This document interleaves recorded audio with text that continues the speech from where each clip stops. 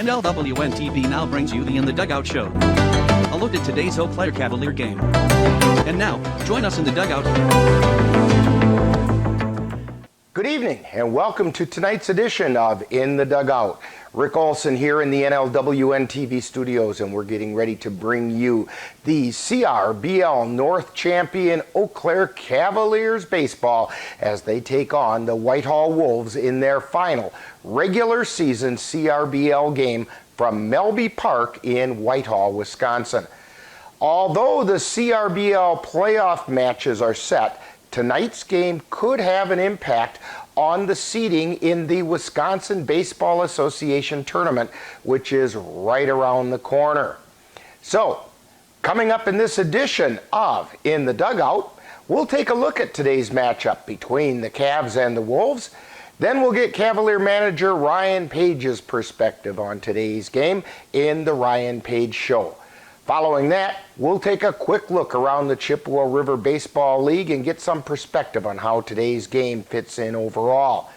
Finally, we'll bring you all the play-by-play action of tonight's game from Melby Park in Whitehall. And we'll do just that coming up right after this brief timeout. You're tuned to In the Dugout on the Northern Light Webcasting Network and NLWN-TV.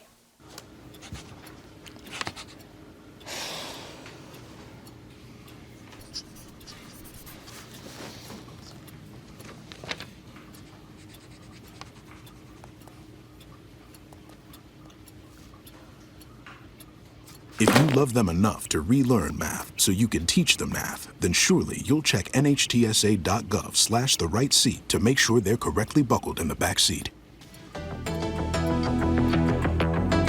Welcome back to In the Dugout, where we are getting ready to bring you all the action of tonight's game between the CRBL North Champion Eau Claire Cavaliers and the Whitehall Wolves. The Cavaliers have locked up their CRBL #1 seed in the CRBL playoffs. Now tonight's game, however, gives the Cavaliers an opportunity to improve their seeding in the upcoming WBA tournament as they strive for a state championship.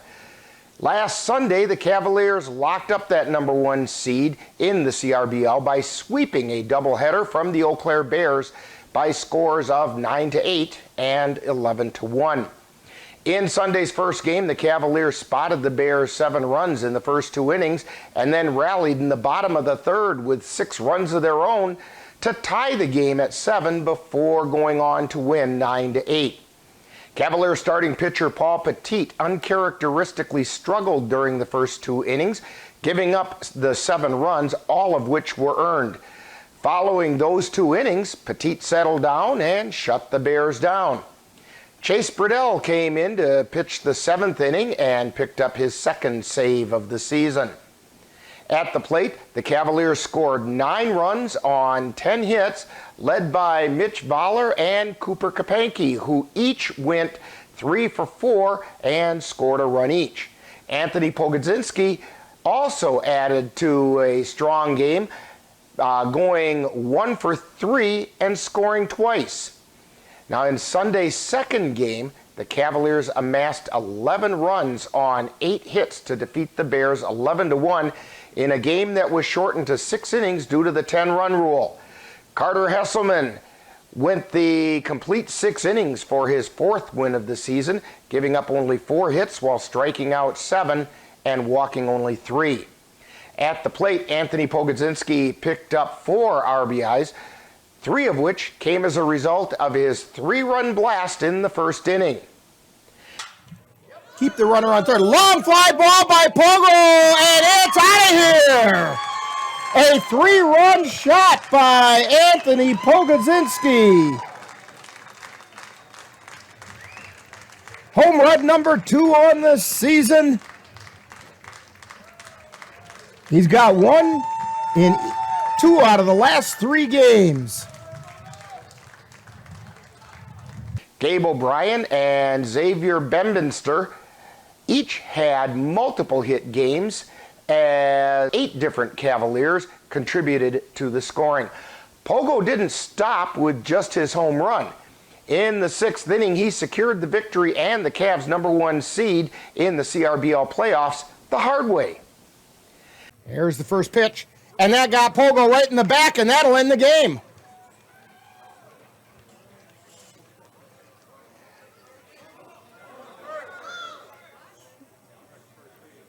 Pogo has to go down and touch first, or it doesn't count. Now the game is over. Pogo gets hit by a pitch with the bases loaded, which forces in the run to make it 11-1. Cavaliers, by winning this game, have clinched the #1 seed in the CRBL playoffs. That sweep gives the Cavaliers an 18-1 record in the CRBL and a 24-1 record overall. We'll be back right after this timeout to take a look at tonight's game. You're tuned to In the Dugout on the Northern Light Webcasting Network and NLWN-TV. When I was in foster care, I never knew when I would have to move, so I always had my suitcase ready to go. Then one day, I was adopted. My new parents opened their hearts and home to me. My parents cook my favorite breakfast for me every morning. My parents take me on trips I never thought I would go on. They gave me a home and an even better reason to use that suitcase. My parents aren't perfect, but they're perfect for me. Welcome back to In the Dugout. Taking a look at today's Chippewa River Baseball League action, the Cavaliers have captured the #1 seed in the upcoming CRBL playoffs, and we'll have more about those matchups later.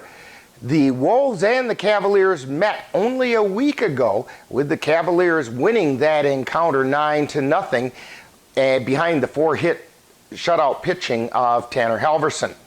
The Wolves had only 3 players manage to get hits: Nate Pronchinski, Jordan Hauser, and Carson Paler. The Cavs were led by Tyler Herman, who went 3 for 5 and scored twice, and Anthony Pogodzinski, who went 3 for 4, including a 3-run home run. Now, coming into tonight's game, the Cavaliers are still being led at the plate by Zach Stang, who's hitting at a .414 average. Mitch Voller is also hitting over 400 at .409, and Pogo is pushing the 400 mark, batting .394 with 6 doubles and 2 home runs. The Cavaliers also have another 7 players hitting well over 300. On the mound, the Cavaliers starting pitchers are led by Tanner Halverson with a 4-0 record and a 0.00 ERA. Carter Hesselman and Paul Petit are also contributing solid performances. Hesselman sports a 4-0 record with a 2.12 ERA, while Petit has a 7-1 record with a 1.83 ERA. Chase Burdell and Ethan Kjellberg are the Cavaliers' save leaders. Burdell has 2 saves, and Kjellberg leads the Cavs in saves with 3. Overall, the Cavalier pitching staff has an impressive combined ERA of 2.54, while holding opposing hitters to a .210 batting average. Now, coming up next, following this timeout, we'll get manager Ryan Page's perspective as we chat with him on The Ryan Page Show. You're tuned to In the Dugout on the Northern Light Webcasting Network and NLWN-TV. I want to eat apples and bananas. I need to eat apples and bananas. Why can't I eat apples and bananas? Support the Feeding America nationwide network of food banks to help provide meals to those in need. Join us at feedingamerica.org.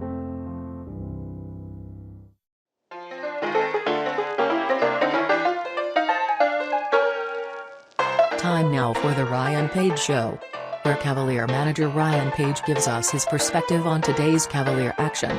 And now, the Ryan Page Show. We're talking with Cavalier manager Ryan Page, and well, congratulations again, Ryan, as the Cavaliers, with their doubleheader sweep last Sunday over the Eau Claire Bears, have now locked up the #1 seed in the CRBL playoffs. Your comments about the Cavalier performance in that sweep that got you the #1 seed? Well, no, that first game was a little bit iffy. especially when you're playing a team like the Bears and you go down 7-1. They're a team that can usually put their hammer down and finish. But our guys haven't learned the word quit all year long, and they were able to cut this in third inning, and that really sparked it to tie it. And then a couple of runs late for some courtesy runs, and that really helped propel that. And then game 2 came Carter Hesselman that just threw a dandy of a ball game. 6 innings, only 82 pitches. So, really can't complain about that. We came out hitting the ball for game 2 as well. Now tonight the Cavaliers take on the Whitehall Wolves, and you've already defeated the Wolves 9-0 only a week ago, but tonight's game is important for both the Cavs and the Wolves. A win would help improve the Cavs seed in the upcoming WBA tournament, and the Wolves need the win just to be eligible for the tournament.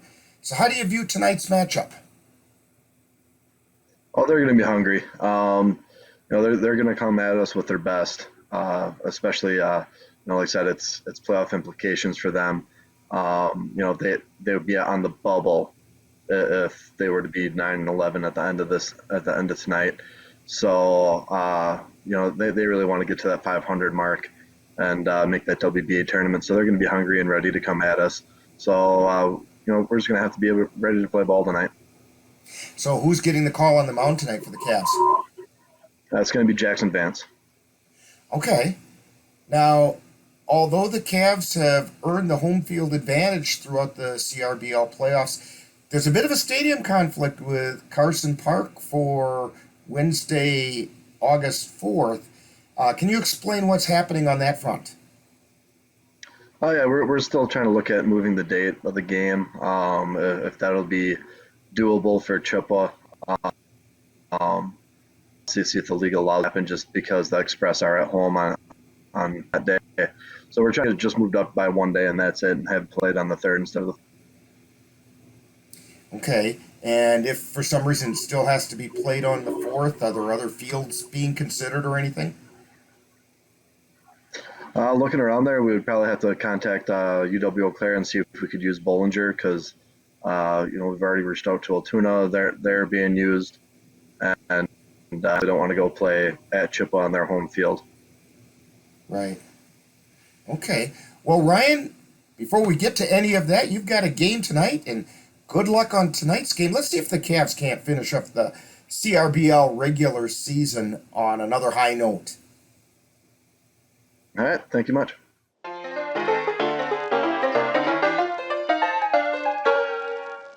You've been tuned to the Ryan Page Show, with Cavalier manager Ryan Page's outlook on today's Cavalier action. Stay tuned. More in the dugout is coming right up. Roll over. Chance high five. All right. When you adopt a shelter pet, you discover all the things that make them unique. And your mother and...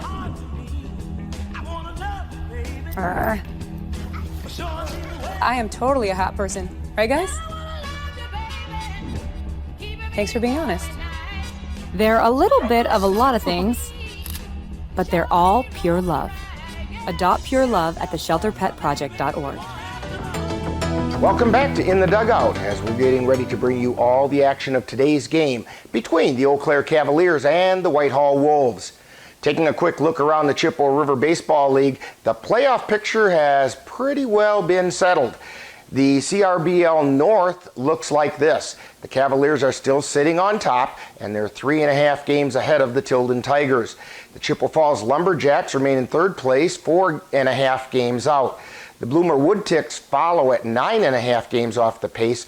Then come the Jim Falls Sturgeons at 13.5 games behind, and the Cadott Red Sox are 17.5 games out. In the CRBL South, the Osseo Merchants lead the Eau Claire Bears by 6 games and the Whitehall Wolves by 7.5. The Eau Claire Rivermen are currently in 4th place, 10 games out of 1st, and the Beef River Bullfrogs are 14 games off the pace. The winner of each division are the 1 and 2 seeds based on record, and the next 2 highest teams league-wide are the 3rd and 4th seeds. The Cavaliers are the number 1 seed by winning the North and having a better record than the number 2 seed Osseo Merchants, who won the South. The next 2 teams come from the North, with the Tilden Tigers capturing the 3rd seed and the Chippewa Falls Lumberjacks coming in 4th. That means in the first round of the playoffs, the Cavs will host the Lumberjacks and the Merchants will host the Tigers. The winners will meet on August 7th at the home of the highest seeded remaining team for the CRBL championship. Today's games between the Cavaliers and the Wolves give the Cavaliers an opportunity to improve their seed in the upcoming WBA tournament. Now, this is something they would like to do, as they will be hosting the WBA regional tournament at Carson Park August 13th through the 15th. The Wolves, on the other hand, need a win today to improve their chances of even getting into the WBA tournament by getting their record to the 500 mark. So the stage is set for some exciting Cavalier baseball, and we'll have all the action for you right here on the Northern Light Webcasting Network and NLWN-TV. In just a moment, I'll be joining my colleague Dan Petchow at Melby Park in Whitehall, as we'll bring you all the action of today's game between the Eau Claire Cavaliers and the Whitehall Wolves. That's coming up next.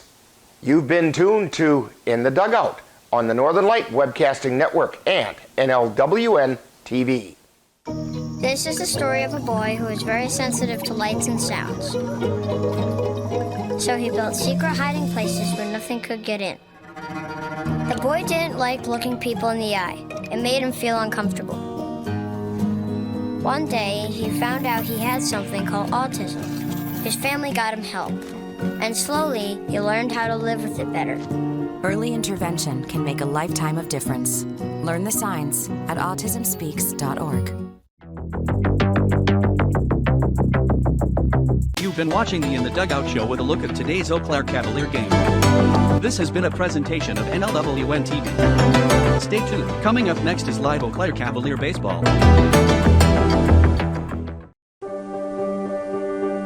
Being prepared is a part of who you are.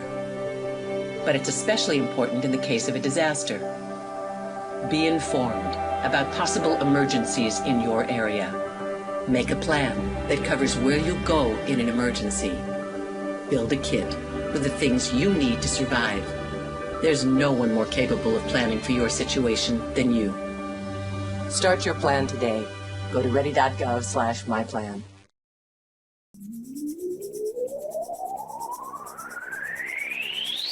You're tuned to the Northern Light Webcasting Network and NLWN-TV. We use advertising revenue to make this service available to you. If you have a business and would like to get your message out to our ever-increasing audience, give us a call at 715-563-1749. We'll be happy to discuss our budget-friendly advertising packages with you. Get your business noticed on the Northern Light Webcasting Network and NLWN-TV by calling 715-563-1749. Eau Claire Cavalier baseball is on the air. NLWN-TV proudly presents today's Eau Claire Cavalier game. Help us celebrate 50 years of Cavalier baseball as they battle their way through the Chippewa River Baseball League.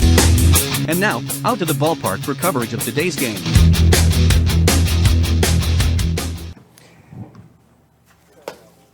And good evening, and welcome to Melby Park. They're getting things started a little bit ahead of schedule, and we're getting ready to bring it to you. Rick Olson here, along with Dan Petchow. Yeah, we really have him here today.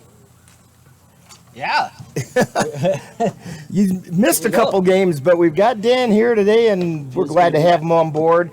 Ann Monroe on the switcher, and directly up above us is Cassie Nelson on the camera.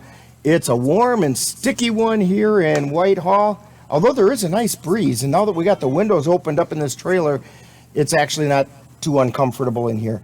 I think this is close as we've been to the players all year. Absolutely. In fact, we got to be careful what we say today. Oh, no. Hey, we're getting ready to start things off. Let's take a quick look at the Whitehall Wolves out in the field. On the mound is Isaac Marley. At third base is Scott Hubble. Shortstop is Brett Lettner.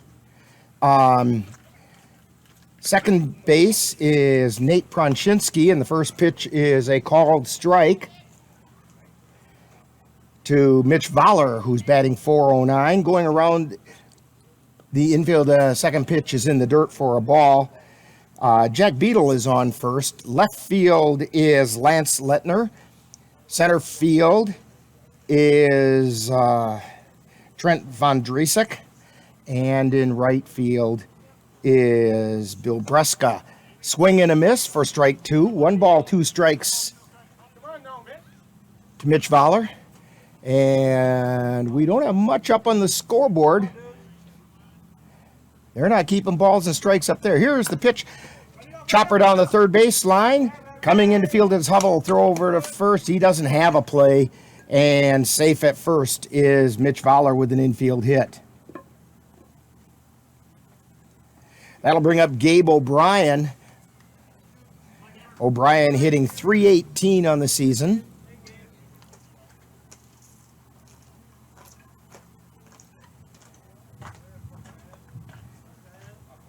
Isaac Marley on the mound. Takes a look over at first. And the pitch. Called strike.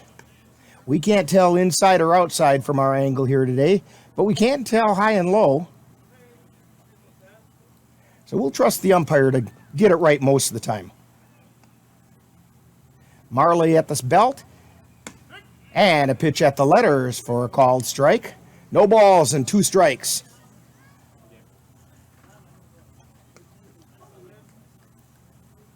Marley takes a look over at first. And the lefty deals. Swing and a miss for strike 3. Gabe O'Brien goes down swinging. That's going to bring up Cooper Kapanke. Kapanke hitting .391. He's playing second base today. It's a new position for him.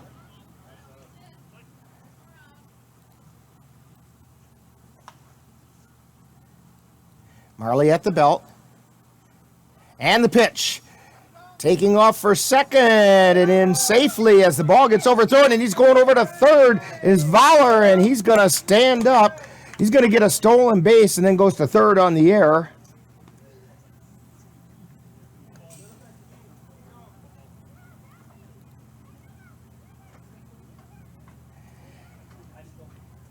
So, the Cavs have a runner at third. In Mitch Voller. Cooper Kapanke at the plate. Here's the pitch. High pop foul. And that's out of play. Off the roof of the grandstand. Yeah, you know, Rick. After the chip game, I moved my truck this time.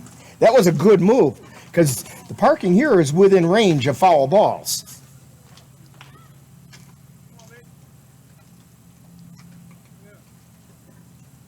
Marley's pitch. Ground ball down the third baseline, foul.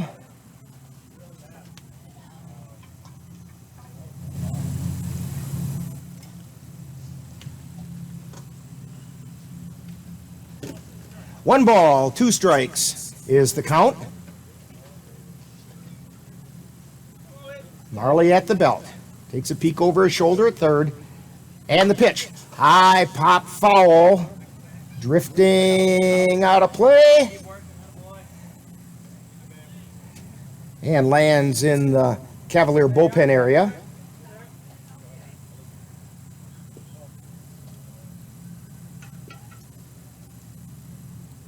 So the count remains 1 ball and 2 strikes to Cooper Kapanke. Anthony Pogodzinski on deck.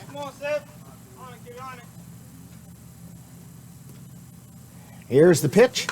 Another high pop foul. Drifting back and making the catch is Carson Peeler for the second out of the inning.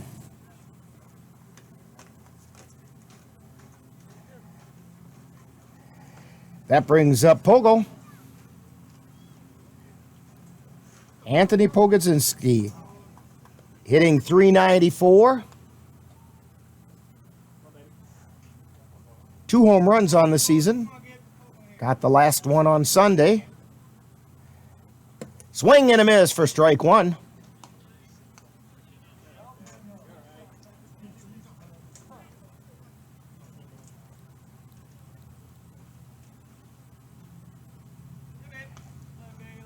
Marley at the belt. Here's the pitch. Outside. 1 ball and 1 strike. Marley checks the sign. Now checks the runner at third.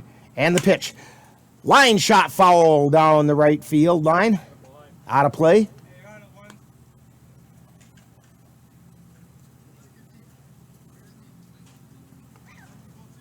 So 1 ball and 2 strikes now to Pogo.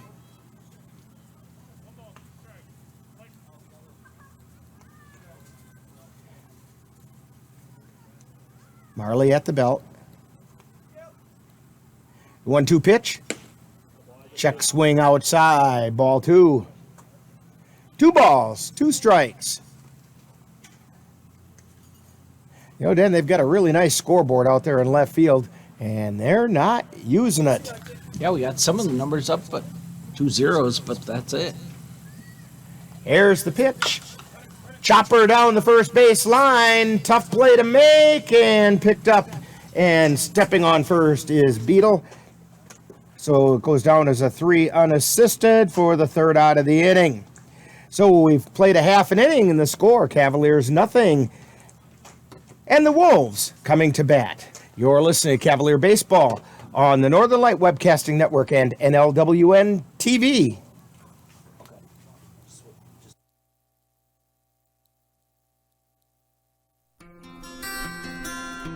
If you've been admiring the freshly groomed look of a baseball field, or the stunning appearance of a golf course, remember you too can have a lawn with the same beauty by simply calling Midwest Environmental Consultants.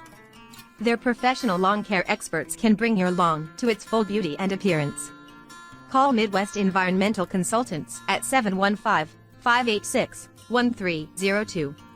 Let Midwest Environmental Consultants help make your lawn the showplace of the neighborhood. And we're back here at Melby Park in Whitehall. Due up for the Whitehall Wolves, Nate Pronchinski, Scott Hovell, and Trent Vondrasek. For the Cavaliers out in the field, at third base is Kendron Gulo. At shortstop is Chase Yeager. Second base, Cooper Kapanke. First base is Pogo.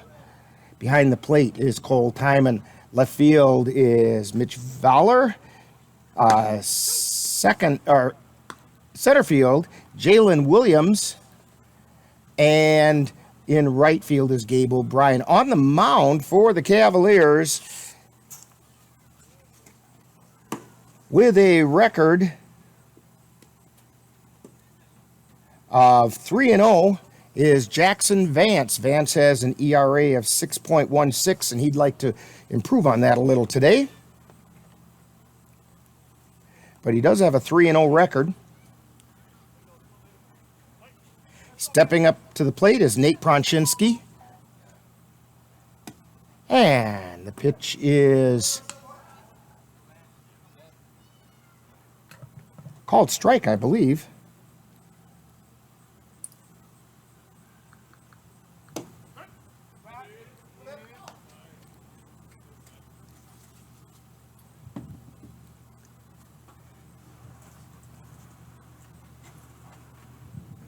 The 1-1 pitch is fouled back.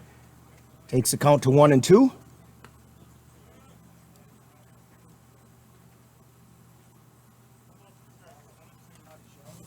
Yeah, looks like we got the scoreboard up now. Well, at least the line score. Pitch is high. Count goes even at 2-2. Yeah, they're still not keeping the balls and strikes. Here's the 2-2 pitch. Fly ball foul on the left side. That one was headed over towards the hospital. We're kind of stuck in an interesting location here. We got the hospital to our left and the jail to our right. Here's the pitch.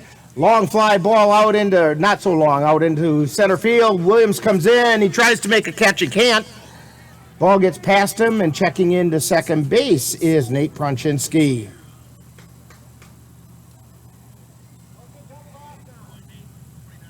That's going to bring up Scott Hubble. I feel pretty comfortable over here. With hospital on one side, courthouse jail on the right. We're safe in here. We are safe, although you might want to be careful about stealing bases today. Oh my gosh. Oh, I got a groan out of people. Here's the pitch. Just a little bit low to Scott Hubble.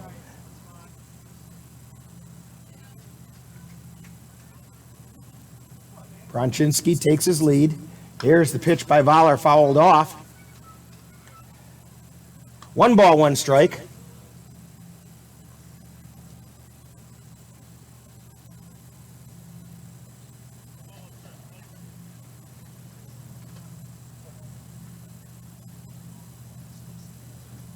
And the pitch is popped foul, out of play.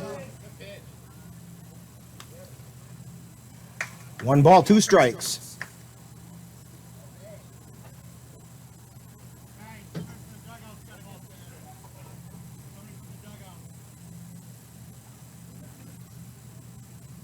And the pitch. Swing and a miss for strike 3.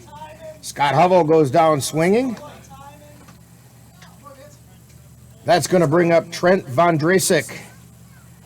Vondrasek, the last time these two teams met, which was a week ago today, went 0 for 3.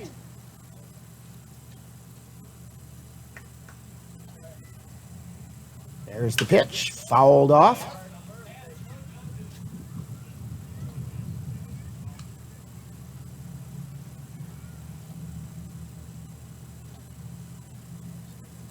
Jackson Vance on the mound. He's at the belt.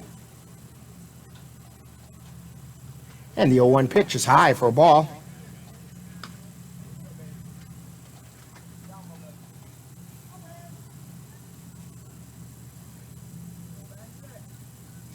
Vance goes to the belt.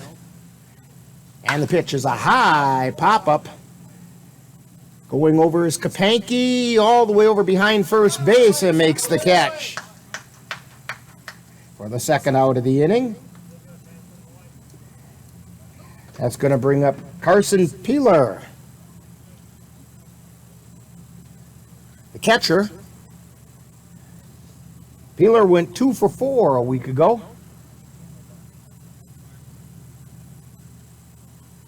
And the pitch, swing and a miss, strike 1.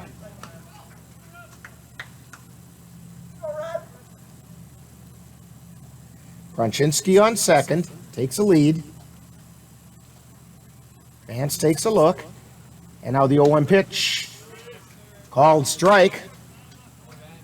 No balls, 2 strikes.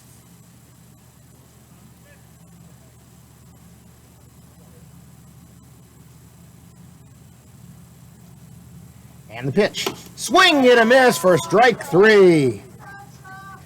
So, for the Whitehall Wolves, no runs on 1 hit, no errors, and 1 man left on base. 1 inning in the books, and we've got no score from Whitehall. You're tuned to Cavalier Baseball on the Northern Light Webcasting Network and NLWN-TV. The Eau Claire Cavaliers would like to take veterans out to the ball game.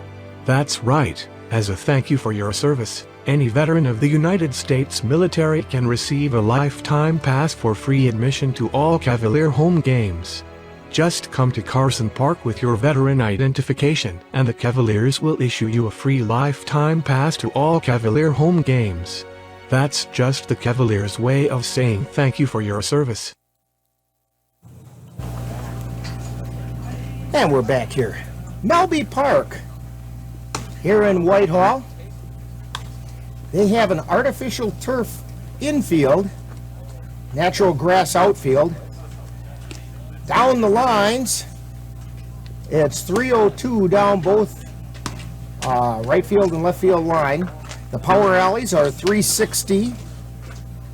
And Only 329 down left center field, and then straightaway center field is 346. That 360 is out in right center. That's the deep part of the ballpark.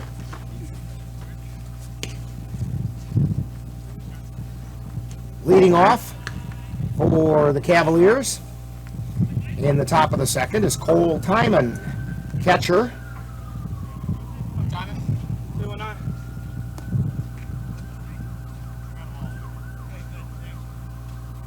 Timon batting .246 as he steps in.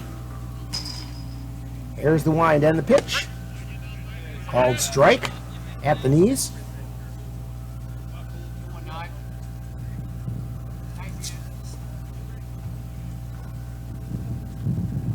Here's the wind and the fire. Just high. Just missed the letters. 1 ball, 1 strike.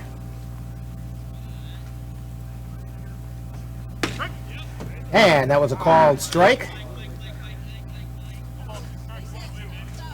1 ball, 2 strikes now. Marley into the wind and his pitch. Fly ball out into center field. Drifting back is Vondrasek, and he makes the catch.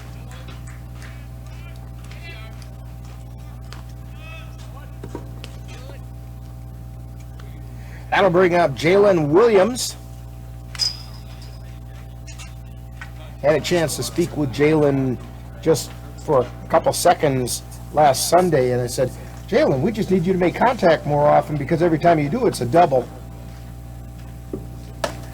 Yeah. He thought that was a good idea. Yeah, he's got some strength. He's got some speed.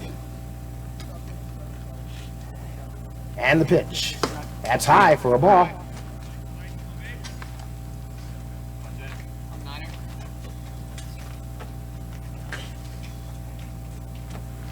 Two 2-0 the count.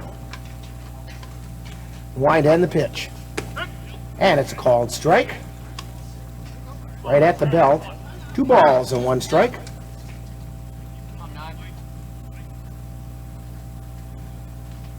Here's the 2-1 pitch.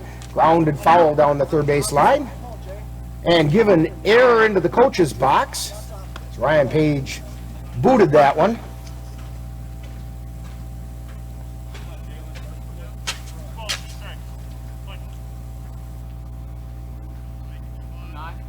Two balls, 2 strikes, the 2-2 pitch. Outside, and the count goes full.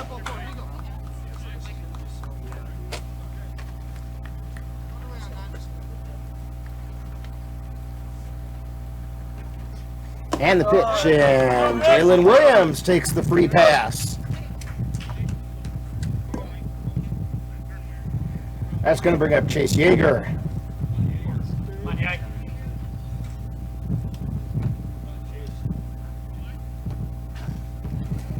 Yeager hitting 160, playing shortstop today.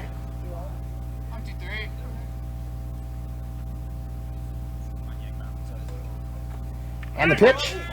That's high for a ball. Down to second is Williams.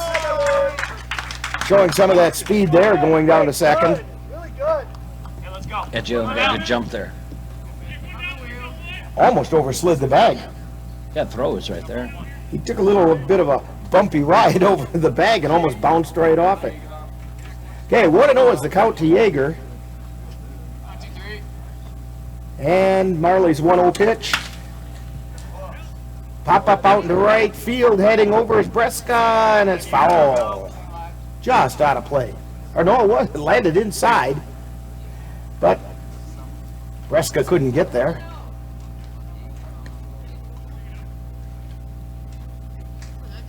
Counts even at 1-1.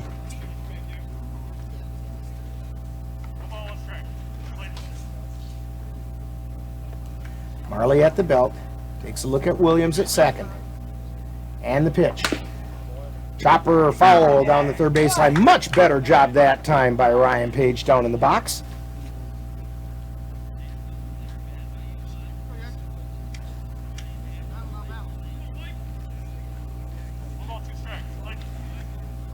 Count goes to 1-2 Marley looks in for the sign. Now he's at the belt while he takes a look out at second. And the 1-2 pitch. Called strike 3. And Chase Yeager goes down looking. That's going to bring up Kendron Gulo. And Gulo is batting .375. I'm back. Here you go.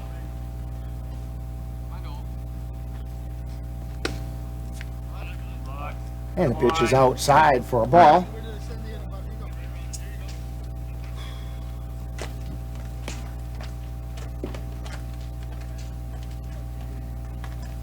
Marley with the pitch. It's high for ball 2.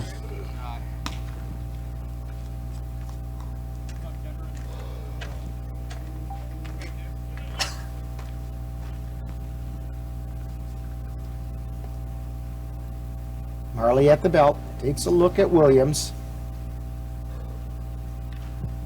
And the pitch called strike at the letters.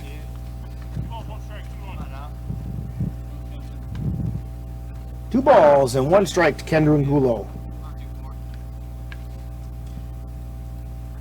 And the pitch. It's outside for ball 3. Come on for Herm. Let's go.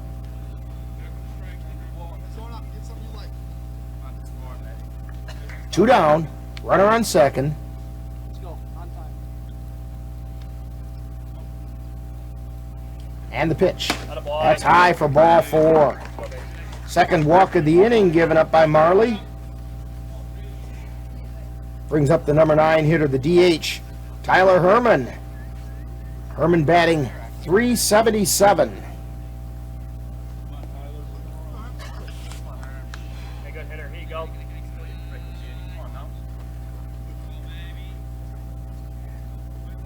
It's a good batting average, and you're not even counting the times he's been hit by the pitch. First pitch catches the outside corner for a called strike.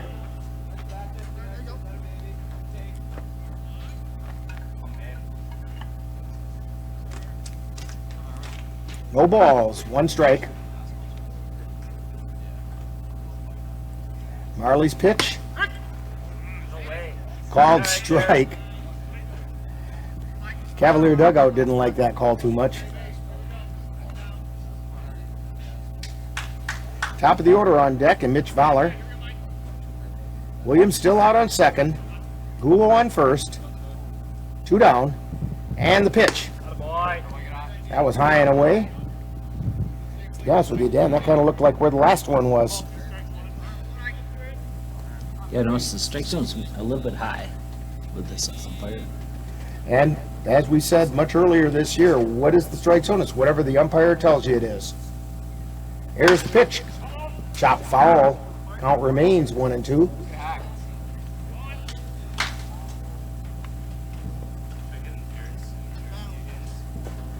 A little earlier this season, Tyler Herman became engaged. Good for him. Tyler's got 9 RBIs so far in the season. That matches the number of times he's been hit by the pitch.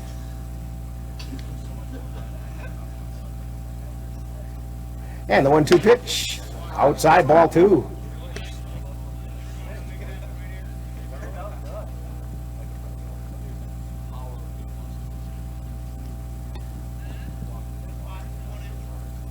Marley looks in for the sign.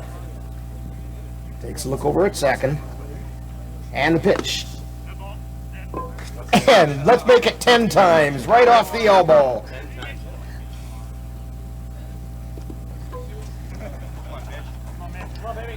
Well, you got to lead the team in something, right? That's a tough career for Tyler Herman out there. And it loads the bases for Mitch Fowler, who got the infield single in his first at bat. Come on, Mitch. Come on, babe. The high hopper over to third, they just didn't have a play on. First pitch is a called strike. Cavaliers threatening, but 2 down. We're in the top of the second. No score from Whitehall. Here's the pitch. And that's a called strike. About thigh high.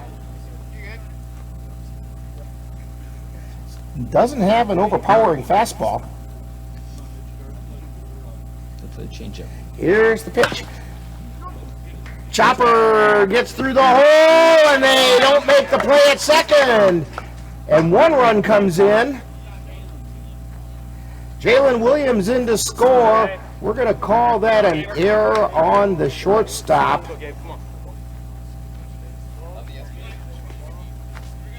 Actually, it's a fielder's choice for Voller.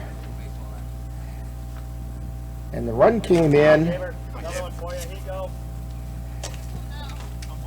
So he doesn't get an RBI on that.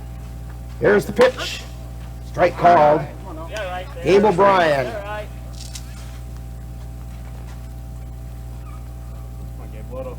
O'Brien struck out his first time up.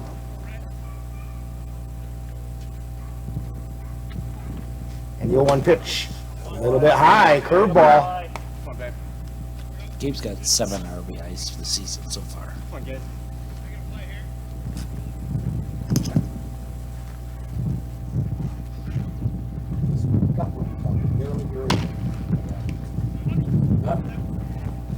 And a grounder out to the pitcher. Marley flips it over to Beetle, and that's it for the inning. But the Cavaliers do pick up a run. On no hits, there was one error, and the bases were left loaded. So we've completed an inning and a half, and the score, Cavaliers 1 and the Wolves nothing. You're tuned to Cavalier Baseball on the Northern Light Webcasting Network and NLWN-TV.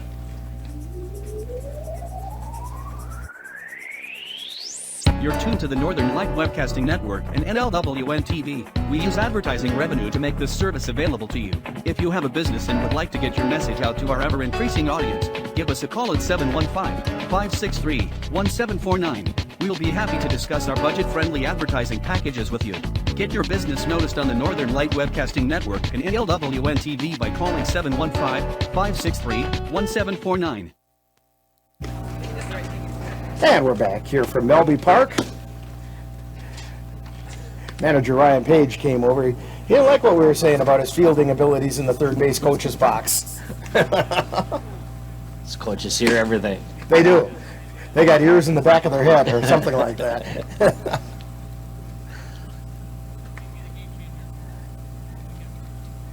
Due up for the Wolves are Jack Beadle, Sam Hirschbeck, and the pitcher Isaac Marley.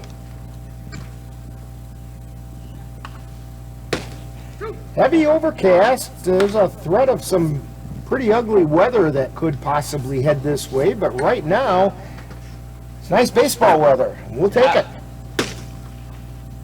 A nice breeze here, keeping us from being too sweltering.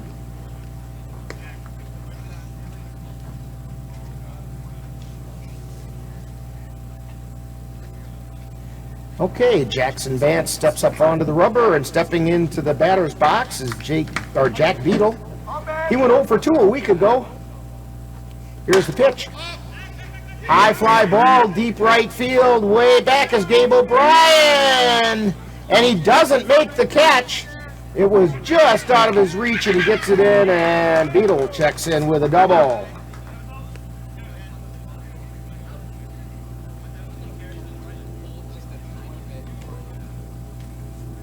As we used to say, that kind of burned him. That was pretty much over his head, and that part of right field is deeper than much of the rest of the ballpark here. That seemed to carry.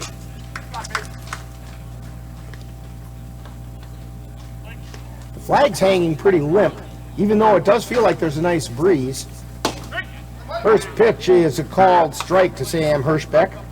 Hirschbeck did not play in the game a week ago up at Carson Park.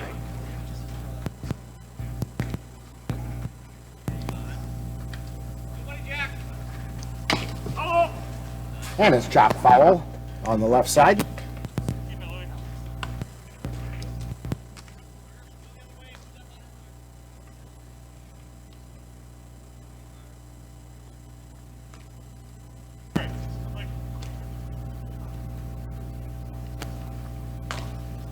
And the pitch. Ground ball. Foul. On the right side this time. They aren't using the scoreboard. I believe it's 0-2.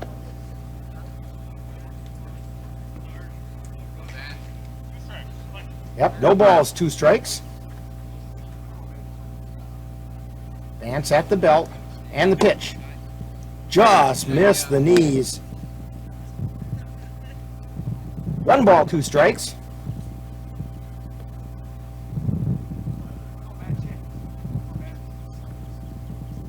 And the 1-2 pitch. That one came up a little bit short. Ball 2. Good rugby pitch. Yeah, good catch by Timon down there. That could have advanced the runner, but.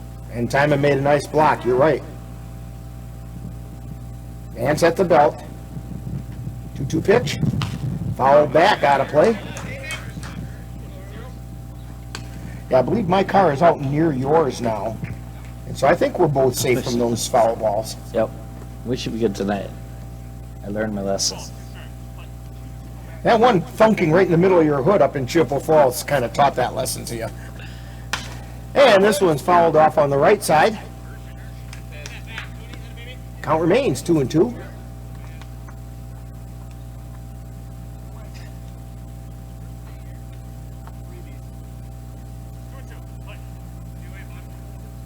Vance looks over at second.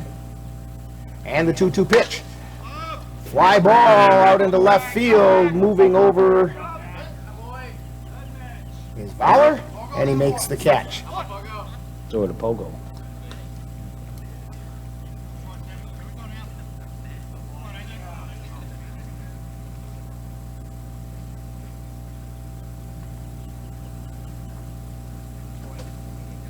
That brings up Isaac Marley. He went 0 for 1 up in Eau Claire, and the pitch is fouled straight back.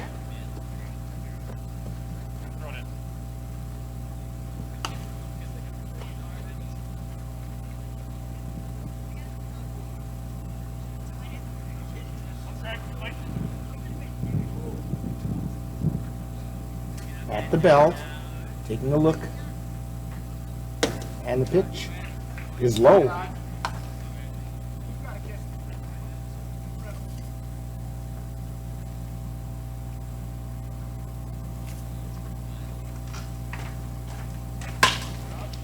And a ground ball over to second.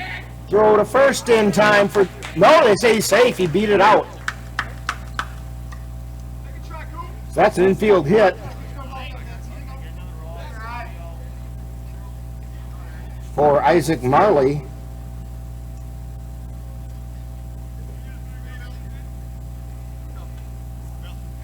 And that's going to bring up Bill Breska with runners on the corners now. 1 out.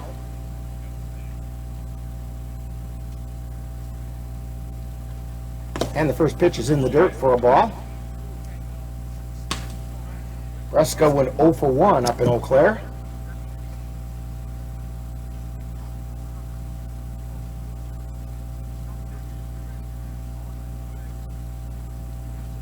Vance's pitch. That just missed. 2 balls, no strikes.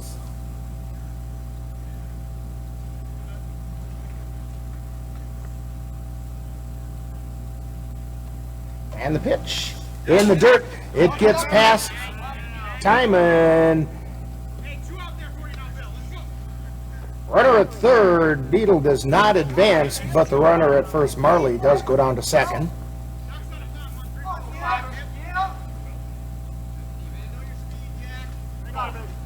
Three 3-0 is the count to Bill Breska. And the pitch. Ball 4. That's the first walk issued by Jackson Vance. Brings up Lance Lettner. And Lettner went 0 for 2 up in Eau Claire.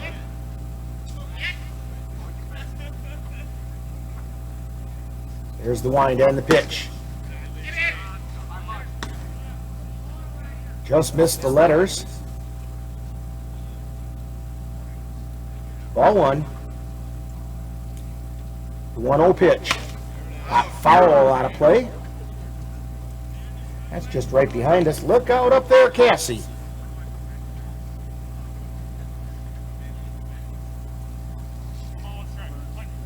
She's pretty well protected. There's a pretty good screen in front of her. And the pitch. Called strike. 1 ball, 2 strikes now to Lettner.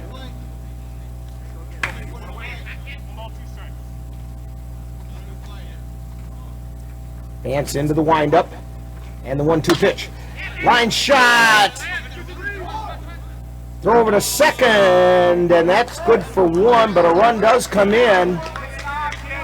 It was stabbed by Yeager, but he wasn't able to make a clean catch, but he got up and fired it over to Kapanke at second.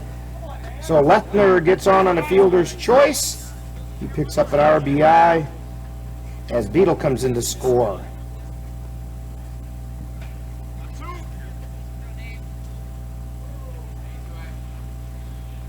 So Marley is on third.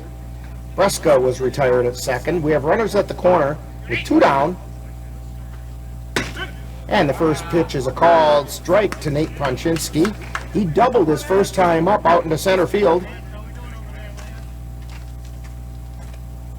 Jalen Williams tried to make a sliding catch and it skidded underneath him. And the second pitch is a called strike. No balls, 2 strikes.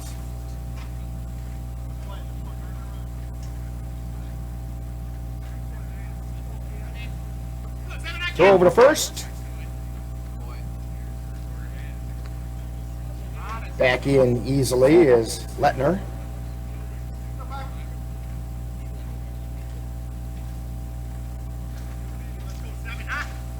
The 0-2 pitch to Pronchinski is outside for a ball. Down to second went Lettner.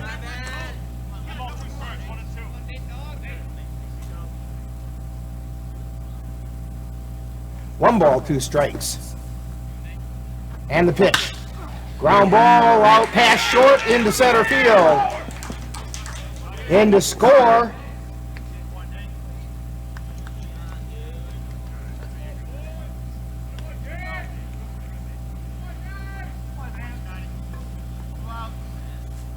Is Marley.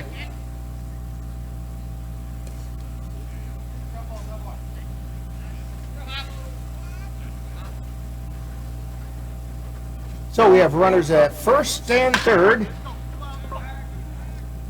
And a fly ball out into center field. Jalen Williams runs it down. And Scott Hovell is retired.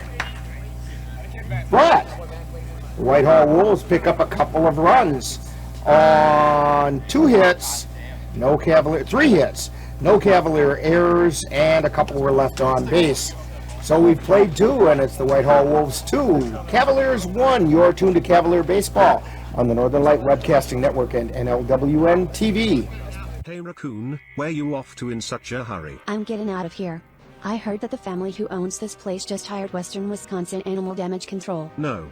Not Western Wisconsin Animal Damage Control. Why, the last place they were at, all the animals like us disappeared and were never heard from again. Right. That's why I'm leaving. Honey, gather the kids. We've got to go. Got animal pests? Let Western Wisconsin Animal Damage Control handle your problem. Call them at 715-832-1640. That's Western Wisconsin Animal Damage Control. And we're back here at Melby Park. Rick Olson along with Dan Petchow. And Cassie's up above us, and Ann is on the switcher.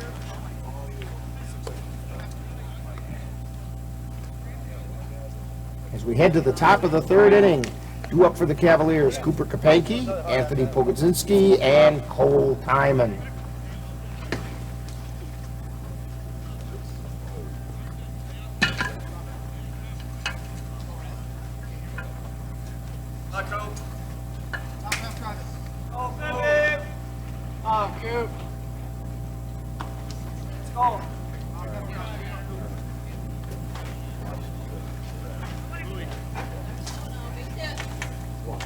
So, stepping up is Cooper Kapanke. Kapanke fouled out. Hit a pop foul. Now we have a little discussion going on out on the mound.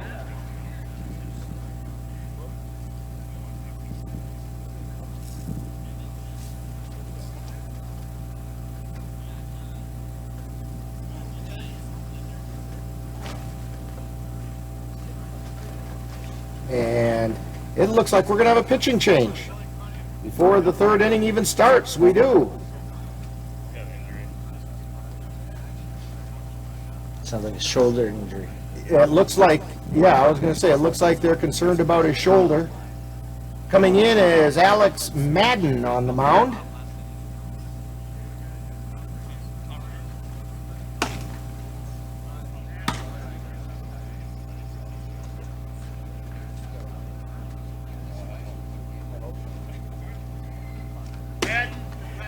Madden was the pitcher when these two teams met a week ago.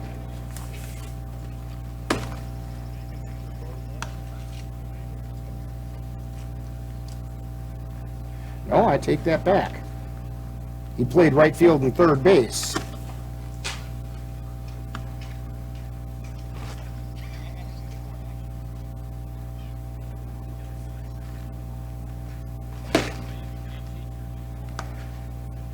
So while Madden warms up, why don't we take this quick time out? You're tuned to Cavalier Baseball on the Northern Light Webcasting Network and NLWN-TV.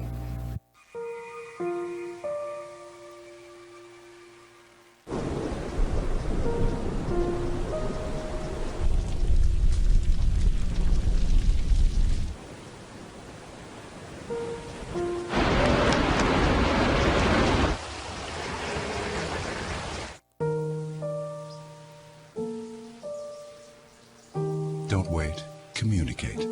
Make your emergency plan today. And we're back here, and the first pitch to Cooper Kapanke is in the dirt. To be honest with you, Marley stayed in. And where did he go out? He went over to third. No, that's still Scott Hubble. Oh, okay. Well, we'll find out for you. And the pitch is low to Cooper Kapanke. As we said, Kapanke popped foul to the catcher last time up. Chops this one down right out in front of the plate. There's some confusion. Throw to first, and it goes out in the right field.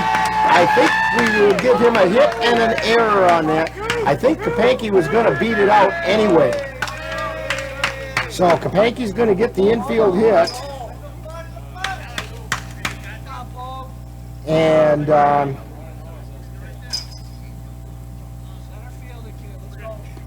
then he goes to second on the error. That's going to bring up Anthony Pogodzinski.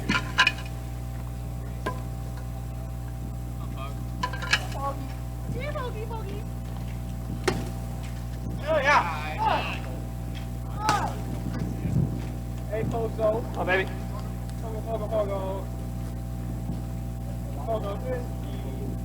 First pitch was a called ball. And the second pitch, swing and a miss for a strike. Heading over to third is Kapanke, and they put the tag on him.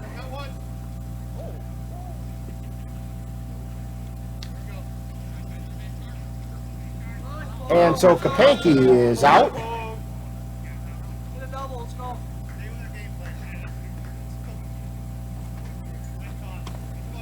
So one down. 1 ball, 1 strike to Pogo. And the pitch at the letters for a called strike. Come on, baby. Good. All right. Come on.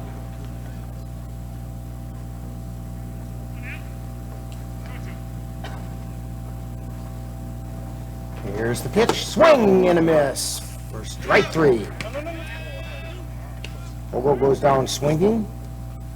Brings up Cole Timon. Timon flew up to center field his last time up.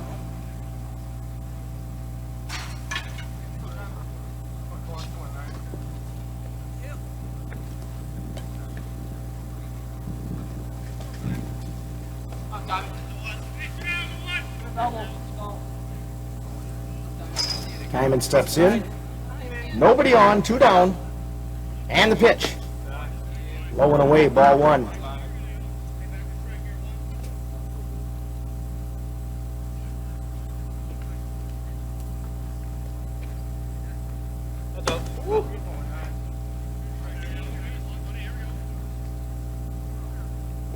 One ball and 1 strike.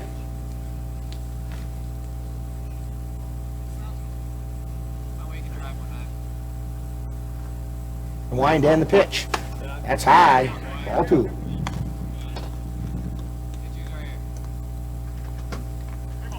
Or 3-0 is the count. Here's a 3-0 pitch. Called strike.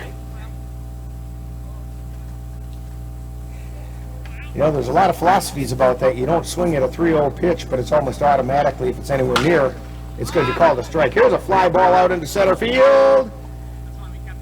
Make it right field. Under it as Breska makes the catch.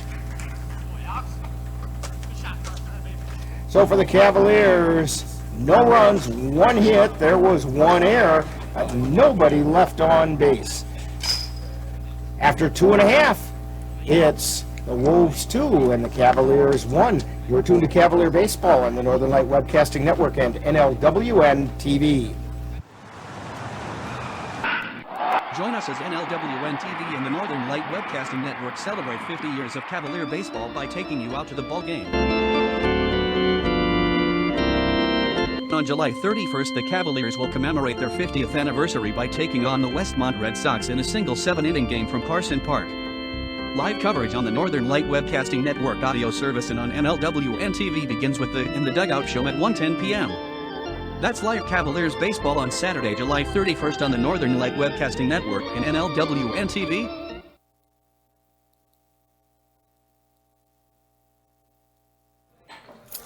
What do you think you're doing, Kevin? Was just gonna drive home. There are several warning signs present that you shouldn't be driving. Like hearing voices? Like your text-to-emoji ratio? Oh man, the selfies. Selfie, nailed it. We all have warning signs that let us know that we're probably not okay to drive.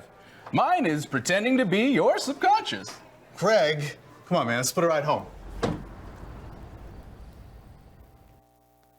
And we're back here at Melby Park.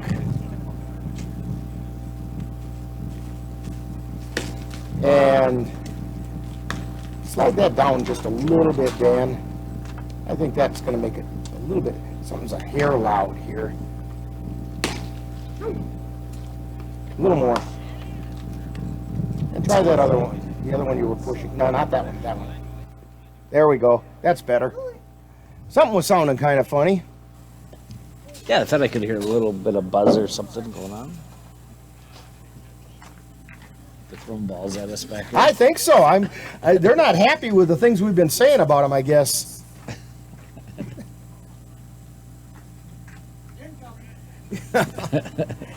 Tyler Herman's supposed to protect us from those. But he's used to getting hit by the pitch, so he expects we all like that. All right, stepping up to the plate is Trent Vondrasek, and he takes a swing and a miss for a strike. Vondrasek popped out to Kapanke way over back behind first base his first time up. And the pitch is in the dirt for ball 1.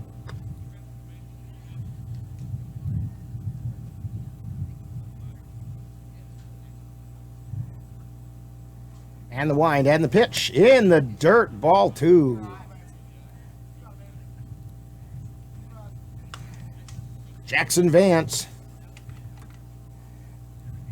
with that 59-foot fastball. I think he's overthrowing it just a hair. He's into the windup, and the 2-1 pitch is high.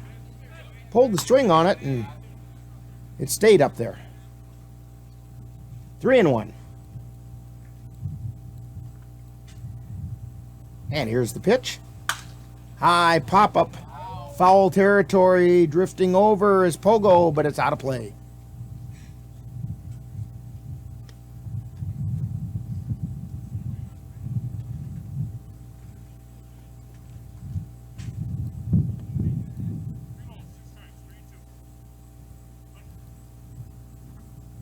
Vance into the wind. And the payoff pitch. Ground ball through the gap out into left field. And so Trent Vondrasek is on with a single. That'll bring up Carson Peeler. Peeler struck out his first time up.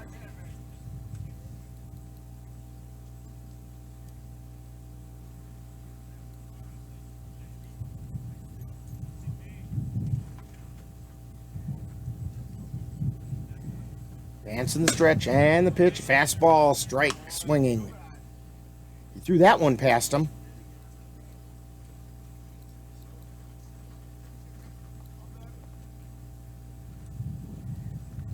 Vance, quick throw over to first, and Vondrasek is back in plenty of time.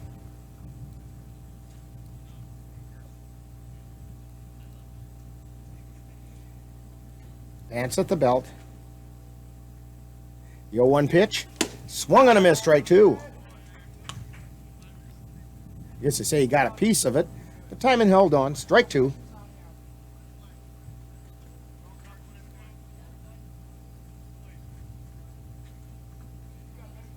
Jackson Vance at the belt.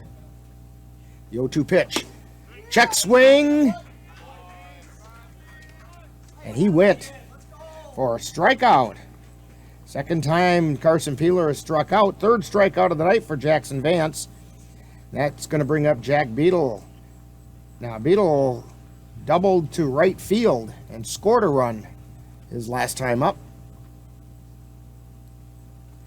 And the pitch. Called strike over the inside corner.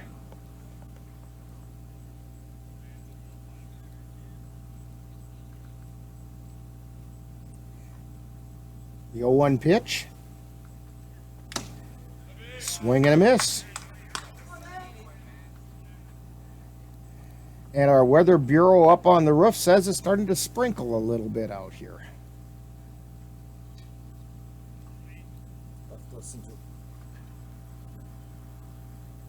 And the pitch. Ground ball over to first. Pogo goes over, steps on it for the out. 3 unassisted. Yeah, we'll have to count on our weather lady upstairs here. That's right. You know, we could get her some Steve Karnacki whiteboards and she could go through the whole routine up there. Right.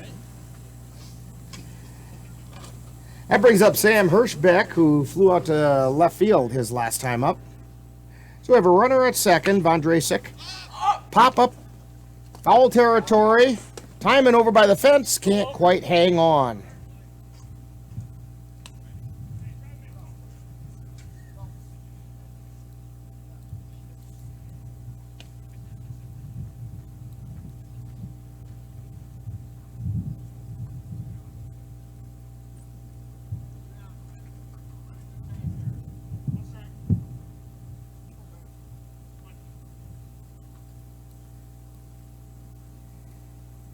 Hirschbeck steps in, and the pitch.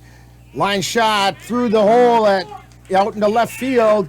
Runner turns third, coming to the plate. They don't get him. Throw was just a hair late. And Hirschbeck is on with a single. In to score was Vondrasek.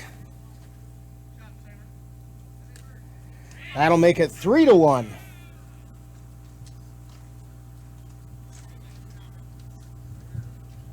Wolves on top. We're in the bottom of the third.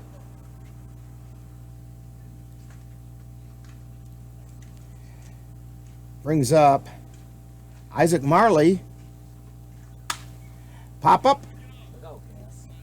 And that one's just about the right spot for the dog over on the basketball court to go chasing. He was kind of interested in that one.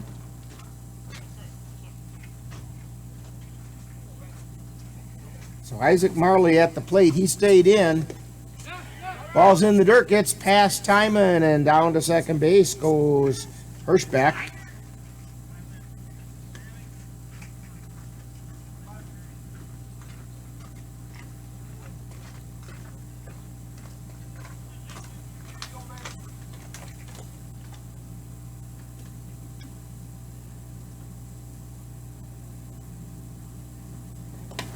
And the pitch is in the dirt. Timon can't find it.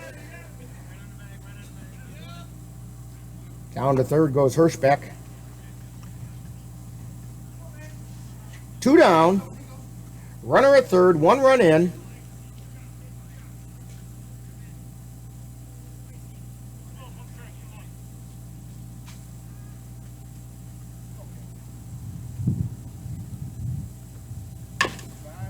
And a chopper foul. And their first base coach just flat out missed it.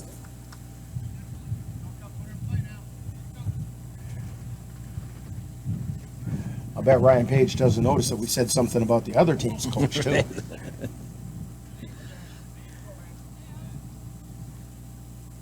Jackson Vance at the belt and the pitch. Ground ball out into right field. Hirschbeck's going to come in to score. And safe at first is Isaac Marley.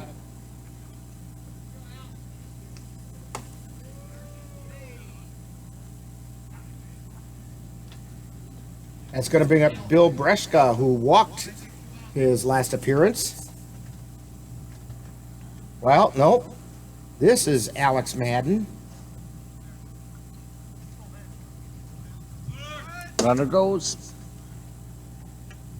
Got him. And he got in underneath the tag. Ooh.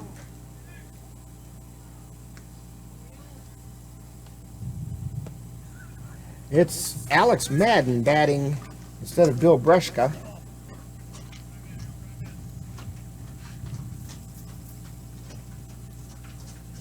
Here's the pitch.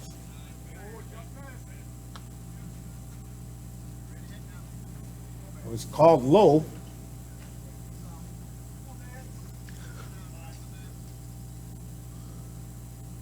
And the pitch, swing and a miss. 2 balls and 1 strike to Alex Madden. 2-1 pitch. Just missed. Just a little bit below the knees. 3 balls and a strike. A 3-1 pitch. That's in the dirt, ball 4. So Alex Madden gets the free pass. Should bring up Lance Lettner. And that is who is stepping up to the plate.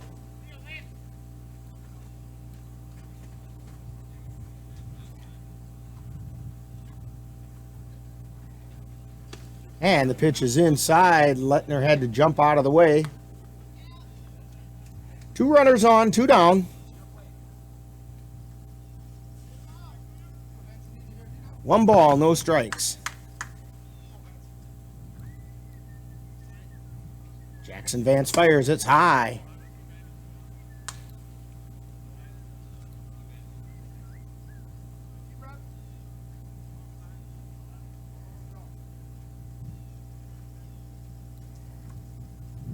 There's the 2-0 pitch, chop foul down the first baseline.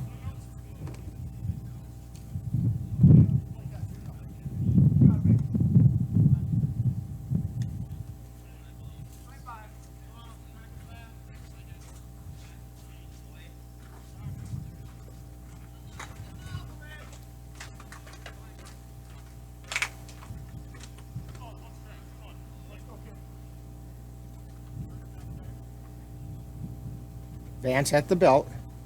Takes a look over at second, and the pitch is high.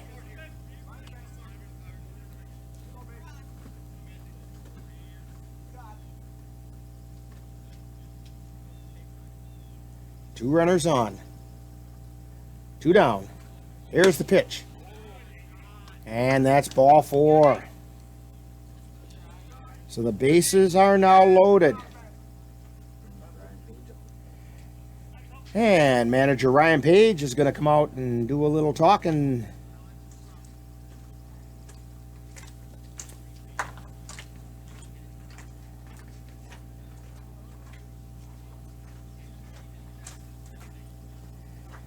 He's got to settle Jackson Vance down a little bit.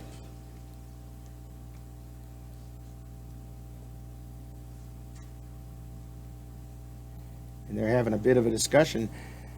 Vance is he's all around the strike zone, he's just not in it. Yeah, he's not that far off.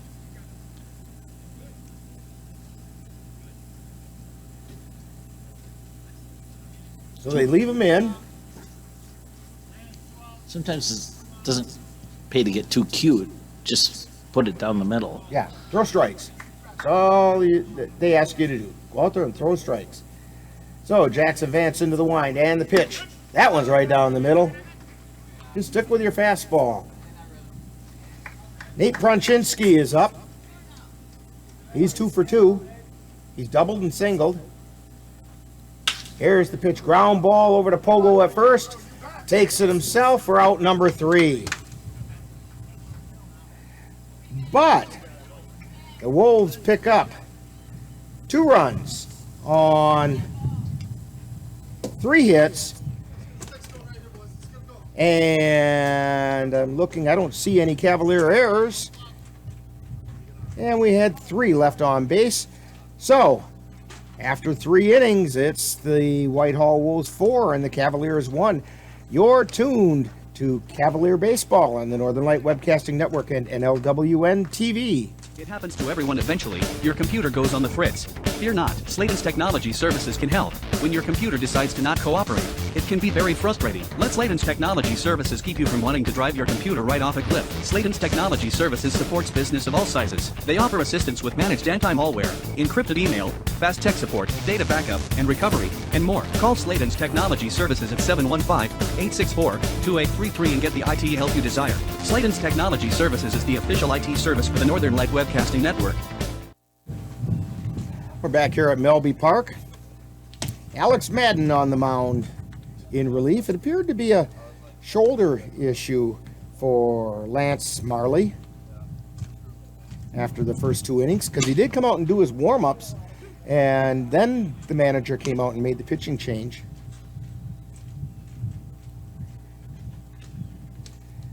So, due up for the Cavaliers in the top of the 4th inning. We have Jalen Williams, then Chase Yeager, and Kendron Gulo.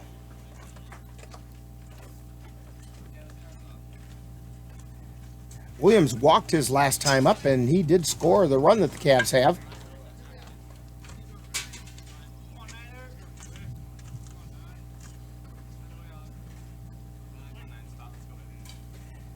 Madden into the windup, and the pitch. Outside, ball 1.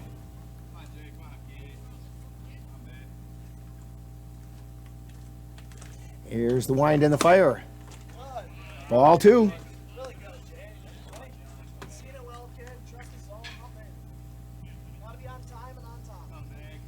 And the pitch is back to the backstop for ball 3.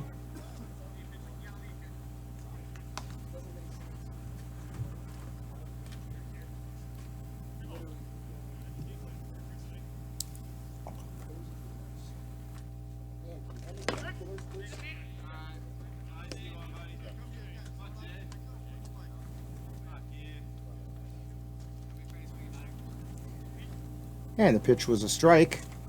And the 3-1 pitch is high and away. And Jalen Williams takes his second base on balls. It's going to bring up Chase Yeager. Yeager struck out looking his last time up.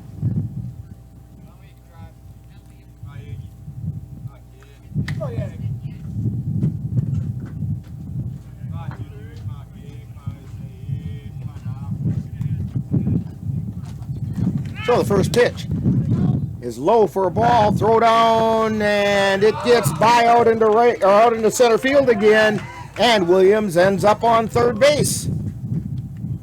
So give Williams a stolen base, and then an error probably on the second baseman. He probably should have fielded that cleanly. The throw was pretty much right there.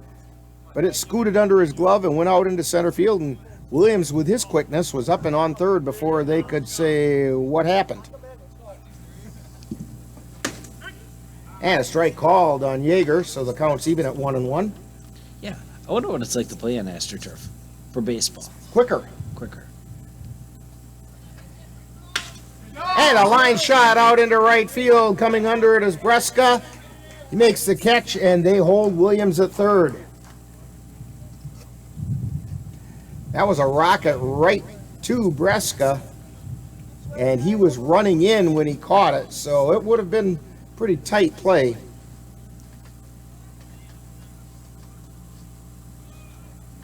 I'll bring up Kendra Angulo. Angulo walked his first time up.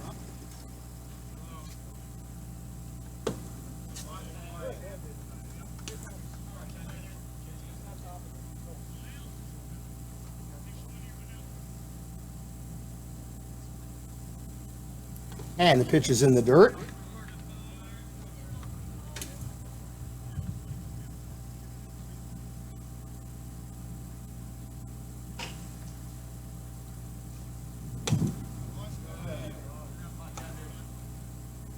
Three balls.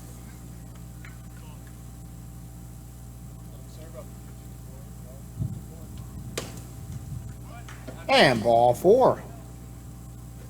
That's a second walk for Gulo. Brings up Tyler Herman. Was hit by a pitch his last time up. Number 10 on the season for Tyler.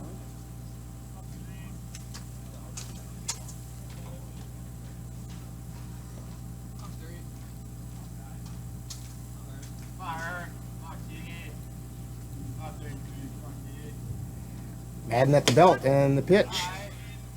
Outside for a ball. Oh, he called it a strike. He did call it a strike. We're at a bad angle. I can't see him put Yeah. his hand up, and he's not real demonstrative with the call. Glad you got that extra set of eyes there, Dan. Yo, one pitch.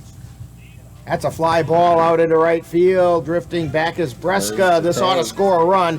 Here comes Williams in to score. So a sacrifice fly for Tyler Herman. And Jalen Williams comes in to score.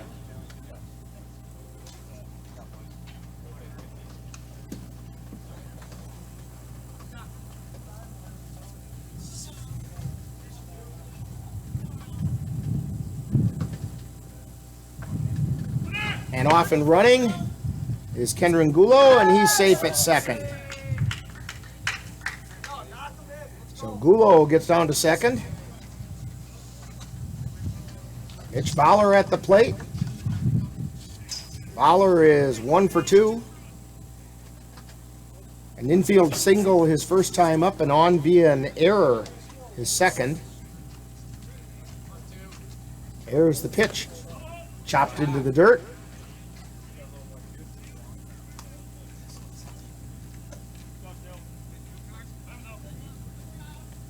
And catcher Peeler wants to go out and have a little talk with Madden.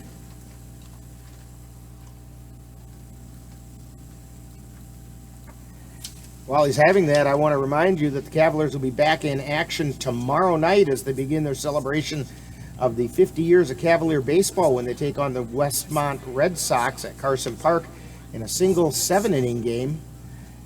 Then they'll play the Red Sox again on Friday in a doubleheader. Tomorrow night's game gets underway at 7, and Friday's doubleheader starts at 6. Now, we're not carrying either one of those games on the Northern Light Webcasting Network or NLWN-TV. So get on out to Carson Park.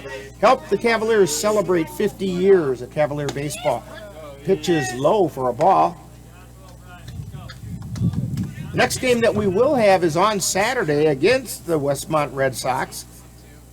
That is the 50th anniversary special. Check swing. Foul ball into the glove. Strike 3 is the call. So Fowler goes down on strikes, but the Cavaliers pick up a run on no hits and no errors. One left on base. So we've got 4.5, 3.5 in the books, and it's now the Wolves 4 and the Cavaliers 2. You're tuned to Cavalier Baseball on the Northern Light Webcasting Network and NLWN-TV. Tune into NLWN-TV on Monday, August 2nd as we bring you another exciting equestrian event. An NBHA local district show hosted by the Red Cedar Riders in Chautauqua, Wisconsin. This event will be recorded on August 1st. Our coverage on the 2nd begins at 7 p.m. NWLN-TV is your home for equestrian events in Wisconsin and Minnesota. Back here at Melby Park,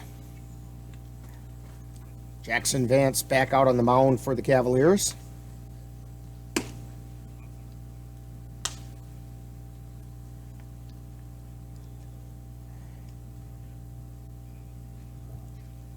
Cavaliers so far 2 runs. They've got 2 hits. And the Wolves have 4 runs. And if you count them up real quick here. 1, 2, 3, 4, 5, 6 hits.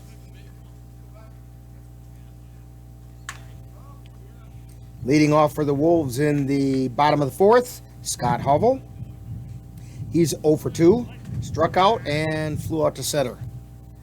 And the first pitch. Line shot out into left field. That's down the line. It's a fair ball. Down into the corner. Hovell rounds first. He's heading to second. And into second safely is Scott Hovell.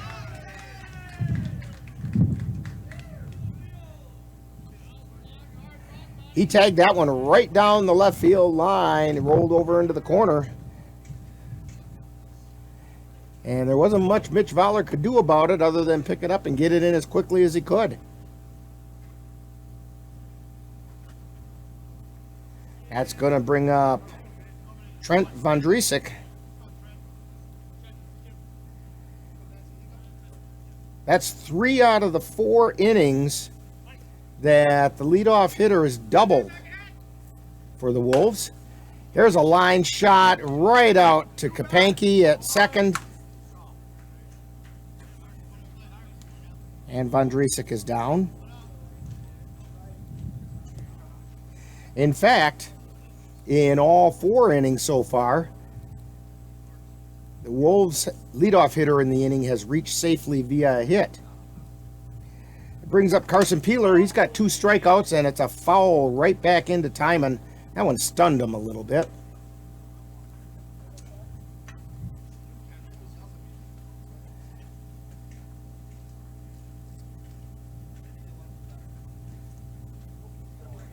Timon gets his gear back on, shakes it off a little bit.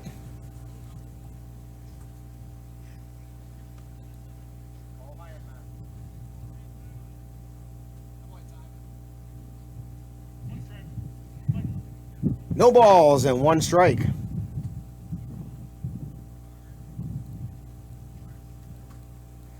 Vance fires, that's high. Counts even at 1-1.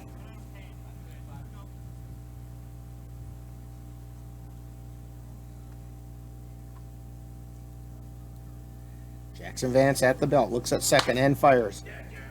High fly into left field, foul. Fowler couldn't quite get there in time. As my father used to say when watching ball games, he's not fooling anybody out there. Right. They're getting good wood on the ball. 1 ball and 2 strikes to Carson Peeler. Here's the pitch. Check swing, and that hit him. Maybe not.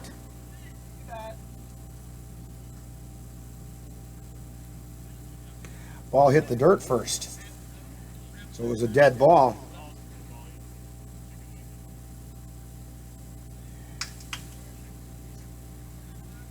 Two and 2 is the count.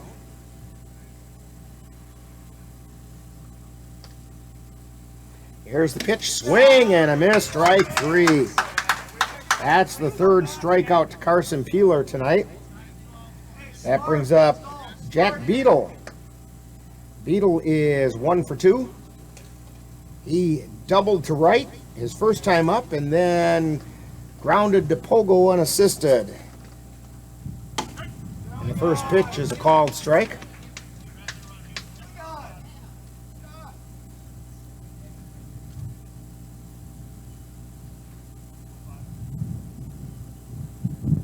Here's the wind on the fire. Little looper, it's gonna fall in. And they pick it up, fire it to the plate. And they got him, I believe. Yes, they got him at the plate. Good throw. So it's gonna be a single for Beadle to center field. But Hubble is thrown out at the plate. 8-2. So we've completed 4. And after 4 runs in, it's the Whitehall Wolves 4 and the Cavaliers 2. You're tuned to Cavalier Baseball on the Northern Light Webcasting Network and NLWN-TV. If your estate is not looking quite estate-like, let Midwest Environmental Consultants Landscape Design and Construction Team bring your estate up to snuff. Their professional experts can design and install retaining walls, brick patios, foundation planting beds, and so much more. Call Midwest Environmental Consultants at 715-586-1302. Let Midwest Environmental Consultants help make your estate the showplace of the neighborhood.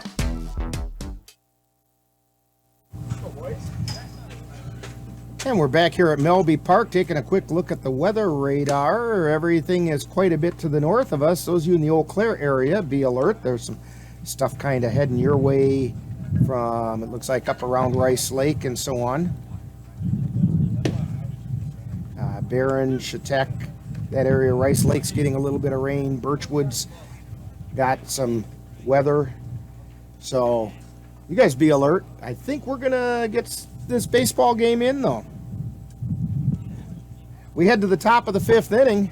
Actually, we get this half inning in. The game's official. Gabe O'Brien leading off for the Cavaliers. He's 0 for 2. He struck out and grounded back to the pitcher. And the first pitch. Line shot out into left center field. That's going to get all the way to the fence. O'Brien checks in at first. Getting over there quickly was Vondrasek and made a quick play on it. In fact, he cut it off before it got to the fence. But Gabe O'Brien with a good, solid single to start things off in the 5th inning. That brings up Cooper Kapanke. Kapanke's 1 for 2.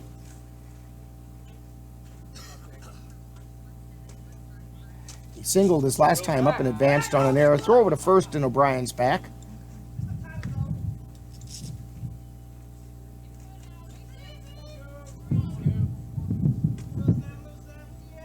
Madden at the belt and the pitch.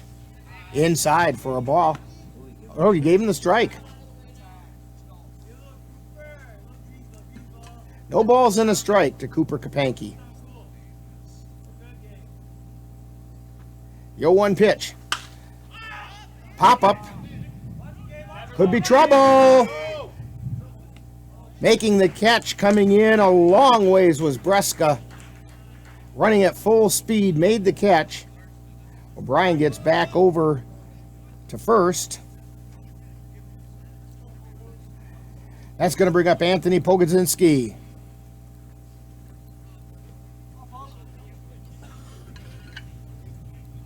The flag out there is still hanging pretty limp out in the outfield.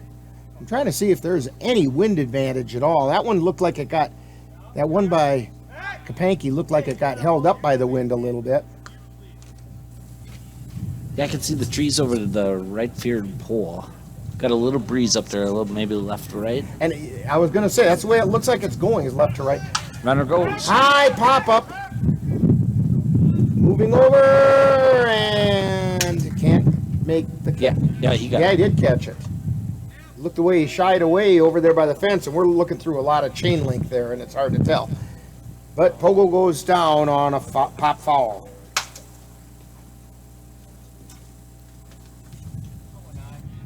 That brings up Cole Timon. Timon has flown out twice. Once to center and once to right. How about a fly out of the park? That would be a good way to do it. Out over left. That way he's spreading the love all around. Right.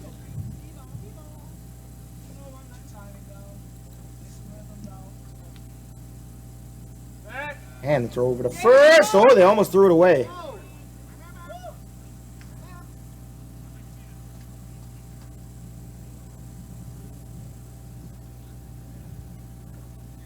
O'Brien takes the lead. And the pitch. That one's low. Nice block by Peeler.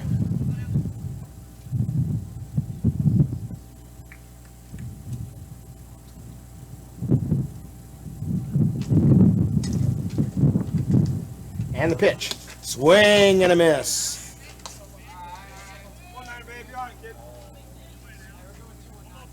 One ball, 2 strikes. Cole Timon. 2 down. Runner at first. Here's the pitch. That one's in the dirt. Counts even at 2-2. 2 balls, 2 strikes, 2 down, 1 on. We're in the top of the 5th. Cavs trail by 2. And that pitch is high and the count goes full. Traveling time now for Gabe O'Brien.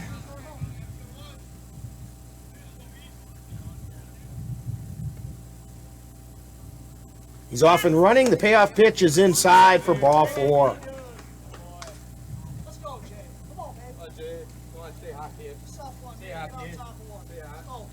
That's the 3rd walk given up by Madden since he came in his 2 2/3 so far. Jalen Williams at the plate, and the pitch is outside for a ball. 2 runners on now with 2 down.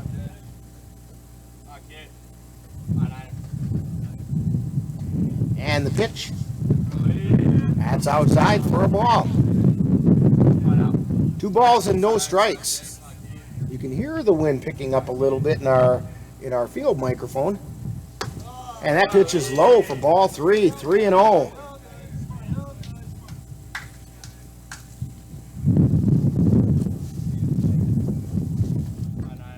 Here's Madden at the stretch, and the pitch, swing and a miss.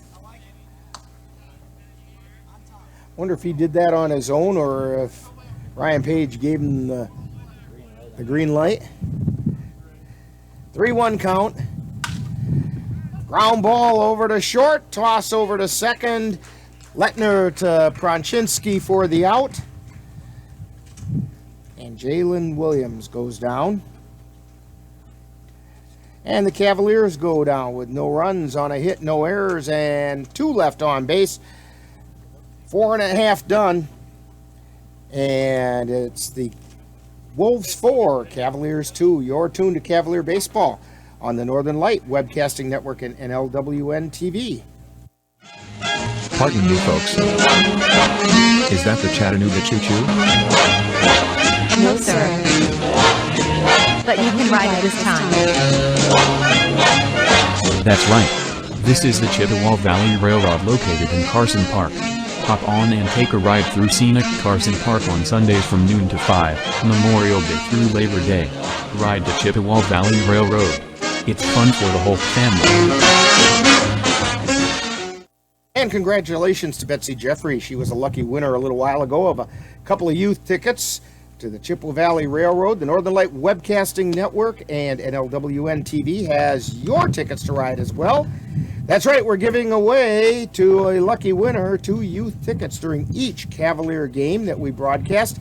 Simply enter by emailing, you can see it right there on the screen, info@northernlightwebcasting.com.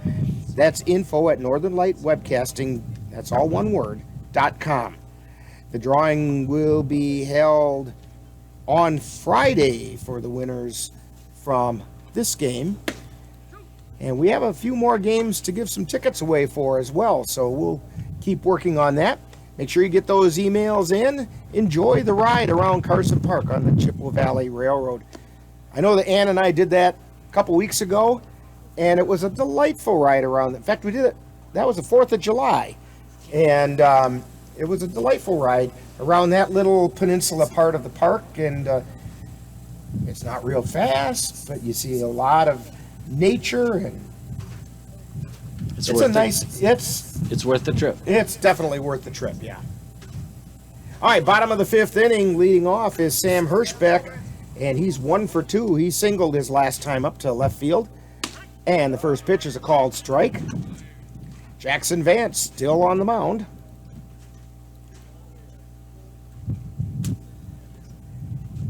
Here's the wind and the fire. That one's in the dirt.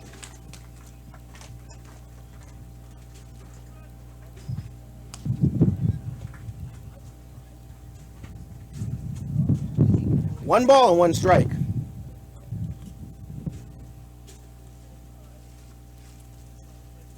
Here's the pitch. It's outside for a ball.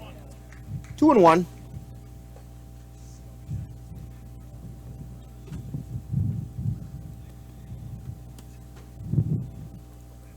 Vance into the windup and the pitch.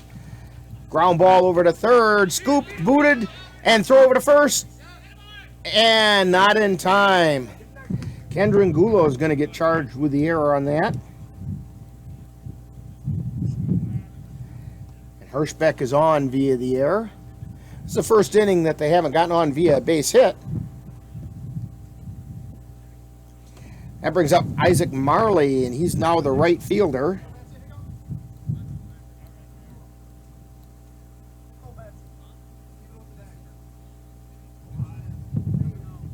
He was the starting pitcher. He went 2 innings, gave up a run. It was not earned. Struck out 2, walked 2, and gave up 2 hits. So 2 innings, 2 strikeouts, 2 walks, 2 hits. He just doubled up on everything.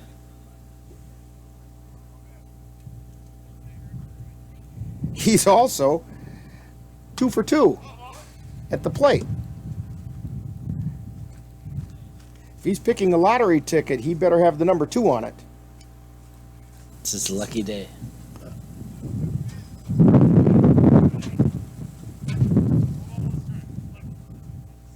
One on one's a count to Marley. Vance fires. He lays the bunt down. Picked up by time and throw over to first in time for the out. So it's a sacrifice bunt.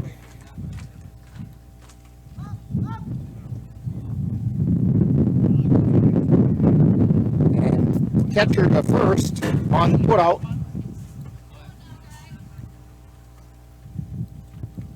Breeze is picking up a little bit extra. Hang on up there, Cassie.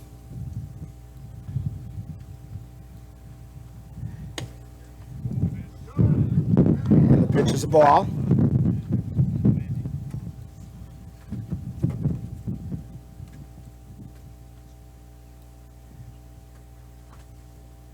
Here's the wind and the fire.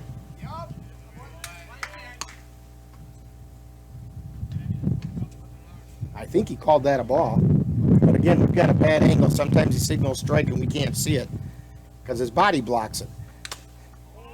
Swing foul back off of Timon. That's a second one he's taken right off the mask like that.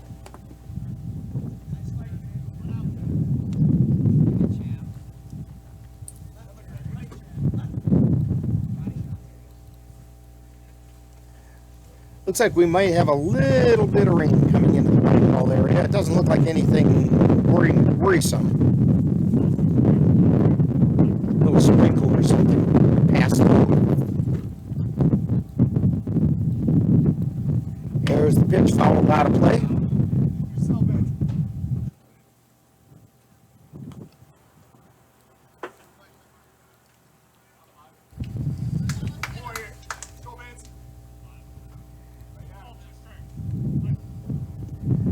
Alex Madden walked his last time up. Pitch is low for a ball.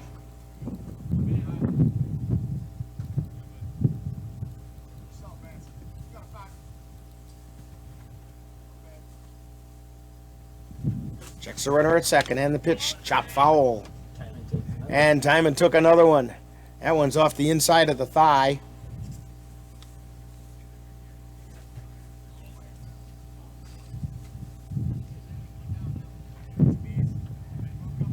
I'm sure the thought that there are games tomorrow, Friday, and Saturday probably doesn't thrill Timon right at this exact moment. Yeah, and we got 2 catchers. Right. Pogo and Timon. There's the pitch. And a called third strike to Alex Madden. That's 2 down. Runner on second. And it brings up Lance Lettner. Lettner is 0 for 1. He grounded into a fielder's choice his first time up and then walked. Here's the pitch, a pop foul. That's over behind us.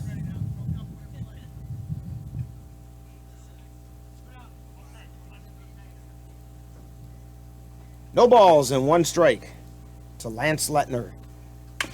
And a chopper down the first base line, and it's foul. As soon as that didn't look like it might not want to roll foul, and as soon as it got on that foul line and cleared it, as soon as it cleared the foul line, Jackson Vance kind of grabbed it, made sure it stayed foul. Yeah, we had a good view of that. Yeah, we're right down that line. No balls and 2 strikes now. Here's the pitch in the dirt. That one got away from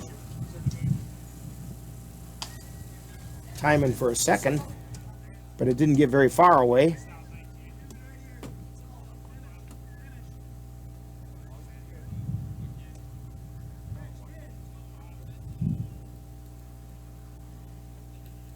Vance at the belt, and the pitch. Line shot right into the glove of Pogo. So, for the Wolves in the 5th, they got no runs, no hits, 1 Cavalier error, and 1 man left on base. We've completed 5, and the score is the Wolves 4 and the Cavaliers 2. You're tuned to Cavalier Baseball on the Northern Light Webcasting Network and NLWN-TV. The Eau Claire Cavaliers would like to take veterans out to the ball game. That's right. As a thank you for your service, any veteran of the United States military can receive a lifetime pass for free admission to all Cavalier home games. Just come to Carson Park with your veteran identification, and the Cavaliers will issue you a free lifetime pass to all Cavalier home games. That's just the Cavaliers' way of saying thank you for your service. We're back here at Melby Park, heading into the top of the 6th inning. I want to remind you again, it might have been a little confusing, the next Cavalier game that's going to be on NLWN-TV and the Northern Light Webcasting Network will be coming up this Saturday as the Cavaliers wrap up the regular season when they commemorate 50 years of Cavalier baseball by taking on the Westmont Red Sox. The In the Dugout show gets things started at 1:10 p.m. on both NLWN-TV and the Northern Light Webcasting Network. Don't forget, there are Cavalier games at Carson Park both tomorrow night and Friday. Friday, a doubleheader. If you want to see those, get on over to Carson Park and cheer this team on. They'd sure love to see you there.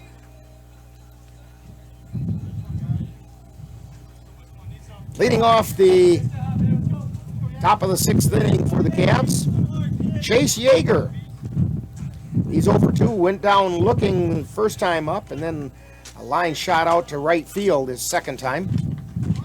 That pitch is outside for a ball.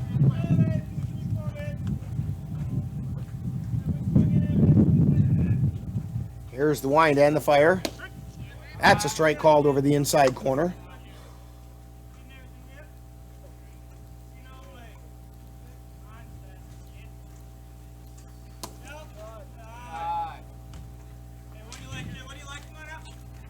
And the pitch is a ball.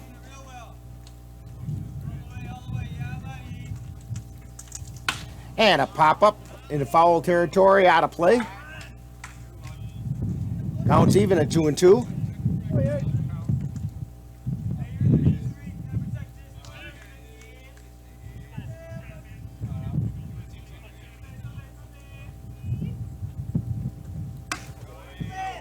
And that pitch is called a ball.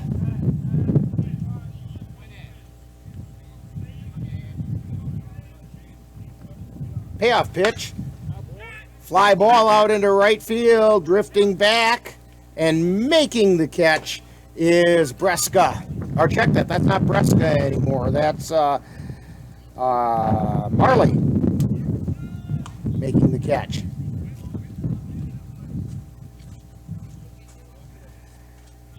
That's going to bring up Kendra Ngulo, and Ngulo has walked in both of his previous appearances, so he officially does not have a trip to the plate.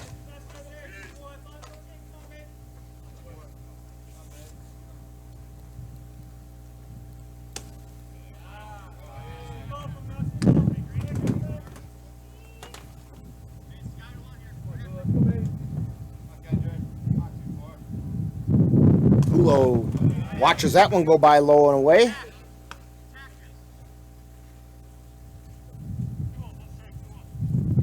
Two balls, one strike. Here's the 2-1 pitch.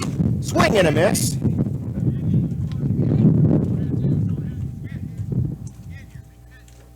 I think that pitch was just above the letters, but it looked awfully big to Kendra Ngulo. Here's the pitch, and it's fouled off on the right side.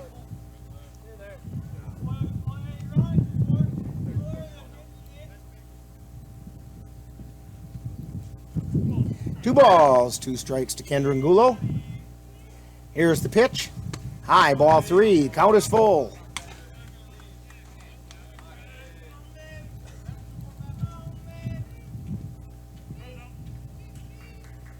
And time is called.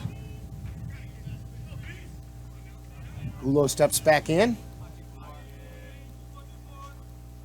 And the payoff pitch. Line shot straight up the middle out into center field, and Kendra Ngulo gets on with a base hit.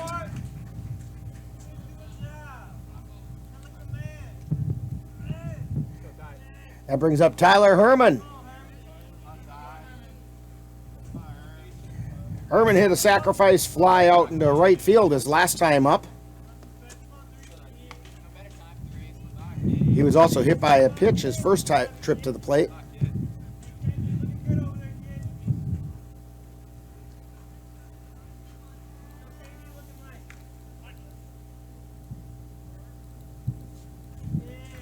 Herman steps in. Madden at the belt, throws over to first. Ngulo back in time.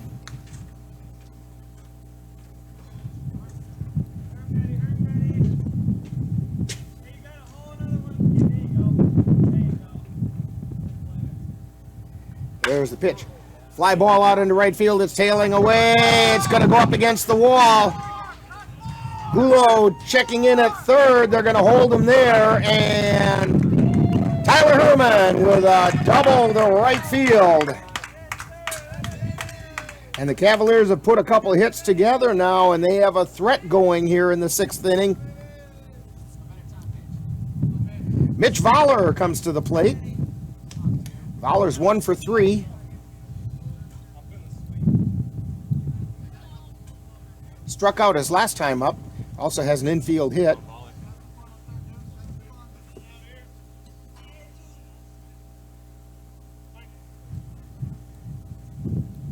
Madden toes the rubber. Voller chops it foul behind the plate.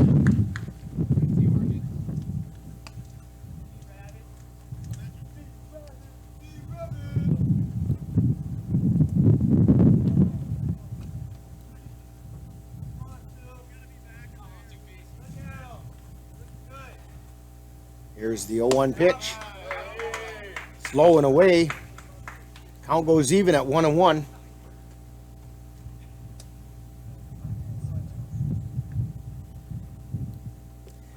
Madden at the belt, and here's the pitch. That one's in the dirt. It gets away from the catcher Peeler, and nothing happens. But it's 2 balls and a strike.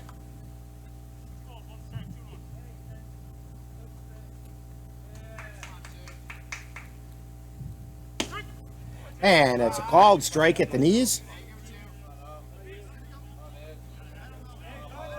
Counts even at 2-2.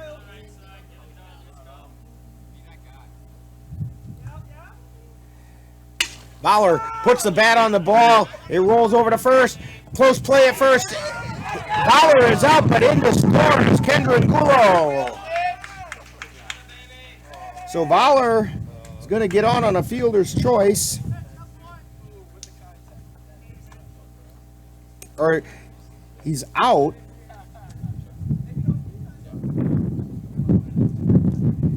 At first, but Gulo comes in to score, so give Fowler an RBI. With 2 down, and Gabe O'Brien at the plate. O'Brien singled to center his last time up. Fowler heads down to second, and it's uncontested. He's probably lucky that it was uncontested because he slid right past the bag. Had they thrown it down there, they might have got it, but at the same time, Tyler Herman may have scored. Here's the pitch. It's outside for a ball. Gabe O'Brien, 1 for 3. 2 balls, no strikes.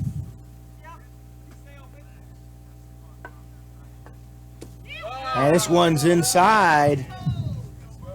3-0 is the count. Tying run on third. Cooper Kapanke waiting on deck. Here's the 3-0 pitch. Called strike. O'Brien taking all the way on that one.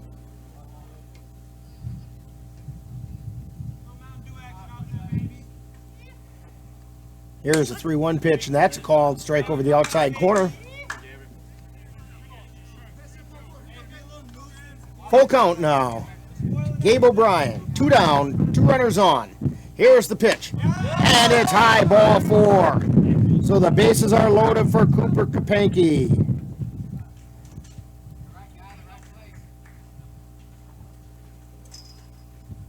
And we've got a visit to the mound by the manager.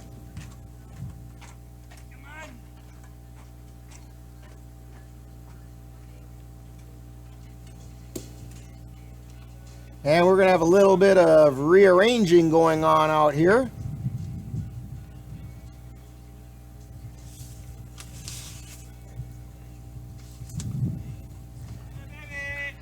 And coming in to pitch is Scott Hovell.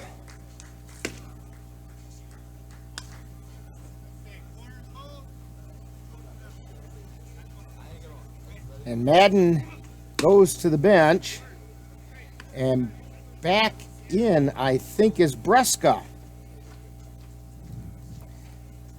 And let's see. I think they put Breska.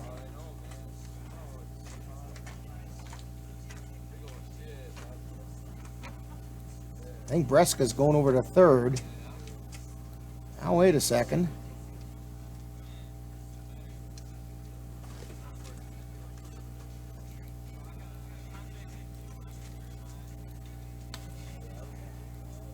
Let's see. Pronchinsky is heading.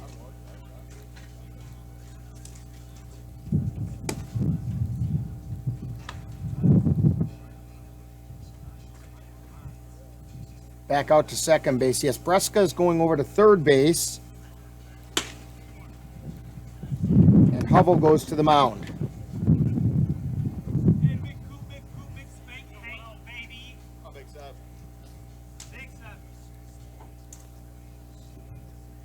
So Madden is 3 2/3 innings, and he is responsible for all 3 runners.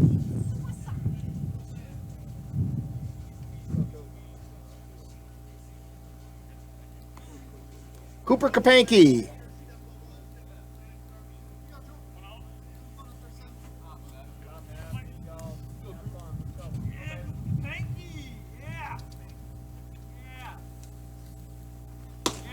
And the pitch is low for a ball.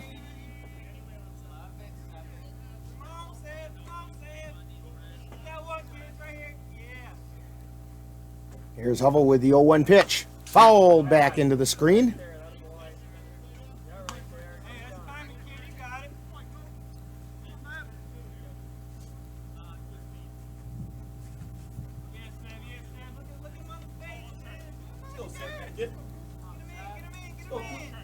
One ball and one strike to Cooper Kapanke. Hubble at the belt. Takes a look at the three runners and the pitch. Called strike. One ball, two strikes.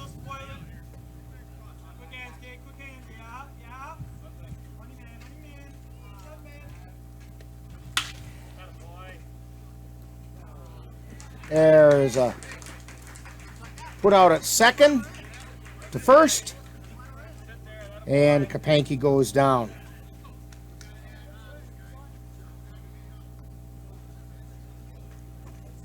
But the Cavaliers do pick up a run on 2 hits. There were no errors and 3 left on base. So we've got 5.5 in the books, and it's the Wolves 4 and the Cavaliers 3. You're tuned to Cavalier Baseball on the Northern Light Webcasting Network and NLWN-TV.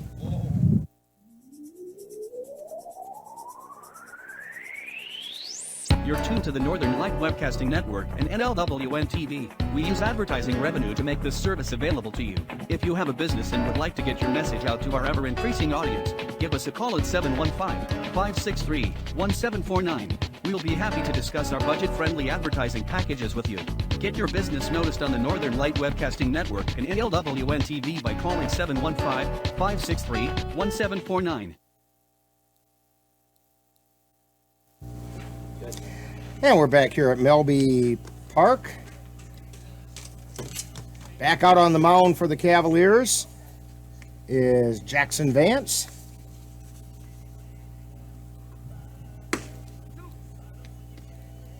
He's worked 5 innings so far.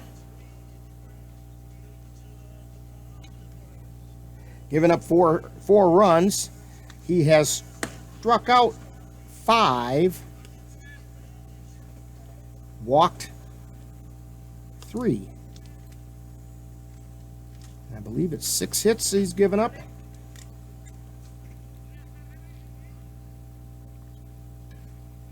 And leading off for the Whitehall Wolves is the top of the order, Nate Pronchinski. Grounds it straight out to Kapanke at second, throw over to Pogo at first for the putout.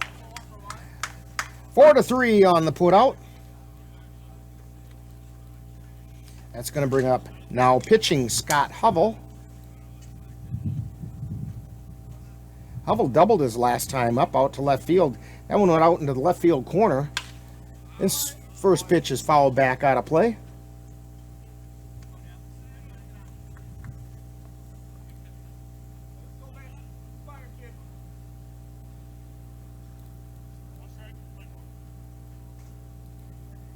Here's the wind and the fire.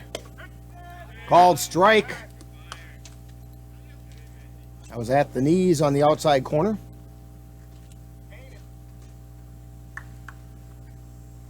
The 0-2 pitch. Just missed. That must have been just a hair outside. 1 ball and 2 strikes. Because it was at the letters. Here's the 1-2 pitch. That one's low, ball 2.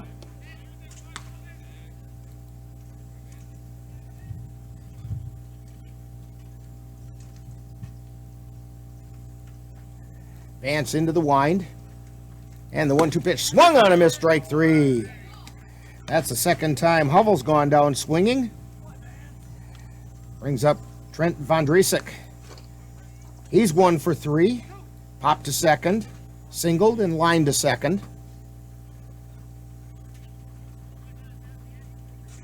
His single went out into left field.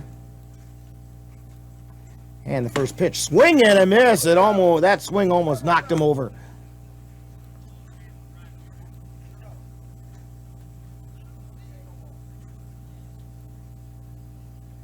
The 0-1 pitch now. High and away. Counts even at 1-1.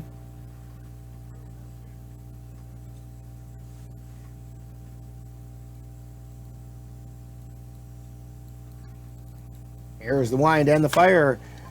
That's a chopper out to short. Scoop there, throw to first. And they got him at first. So Yeager over to Pogo for the put out, 6-3. 3 up and 3 down for the Wolves. So we've got 6 complete. After 6, it's the Wolves 4 and the Cavs 3. You're tuned to Cavalier Baseball on the Northern Light Webcasting Network and NLWN-TV. What to expect when you're expecting Like here. a teenager. Today, I'm going to show you how to teen-proof your home. First step, hide the car keys. Preferably somewhere they would never look. Challenges will come up. Be ready for them. Hi, honey. Ready for them. You don't use mannequins in the mannequin challenge. You don't have to know it all to be a perfect parent. Thousands of teens in foster care will love you just the same.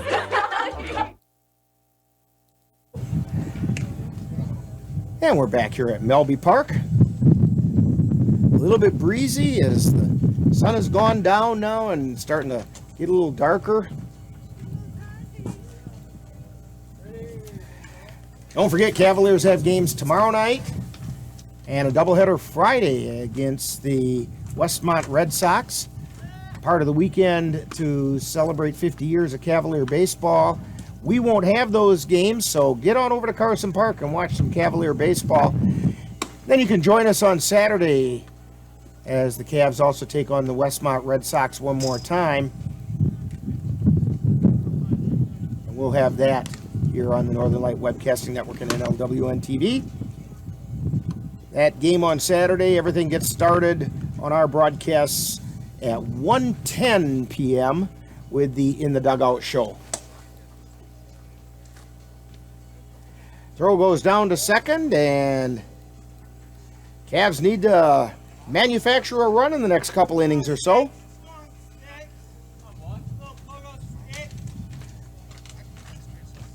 Leading off for the Cavaliers in the top of the 7th inning is Anthony Pogodzinski.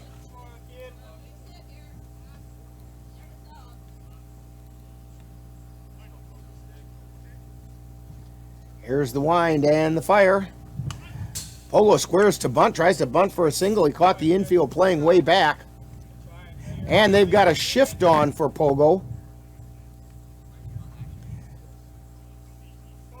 They're playing him to pull to the right because shortstop is over on the first base side of second. Here's the wind and the fire. Swing and a miss for Pogo, strike 2. He didn't want to swing that one, but he did.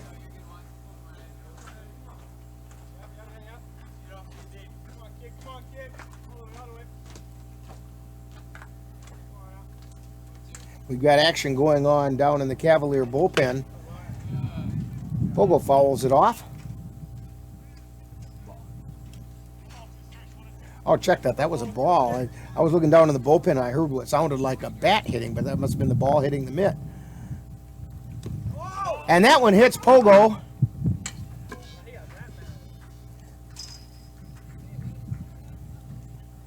He's been going to the Tyler Herman School of Hitting. So he checks in at first base as the tying run brings up Cole Timon.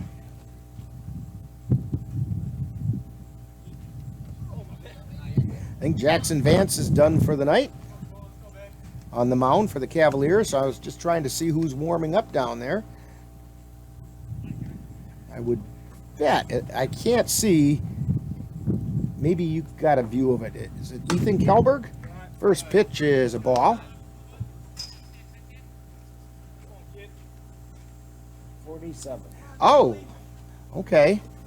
Gabe O'Brien warming up down in the bullpen. Here's the wind and the fire. And Pogo's in safe at second.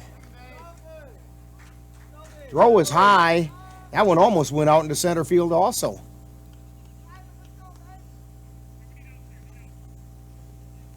Yeah, good jump by Pogo on that one.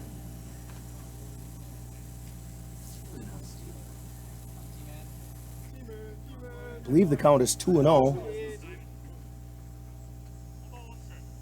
Oh, but take it back. 1 ball, 1 strike.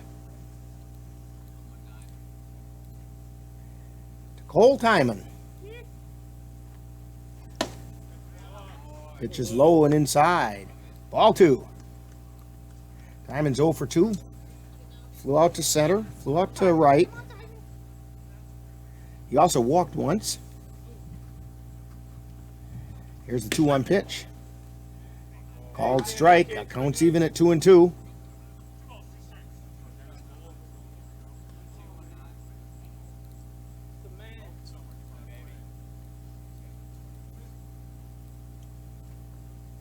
Hubble at the belt. And the 2-2 pitch. Ground ball over to third. Picks it up. Throws it over to first. Pulls the first baseman off the bag, but he steps on the bag. But it's good enough to move the runner over as Poe goes over on third. That brings up Jalen Williams. Williams is 0 for 1 with a ground to short. And he's also walked twice.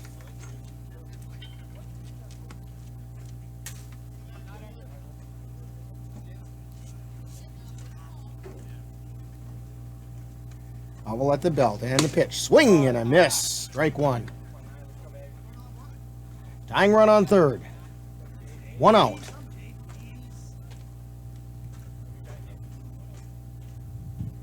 Here's the pitch. That's high for a ball.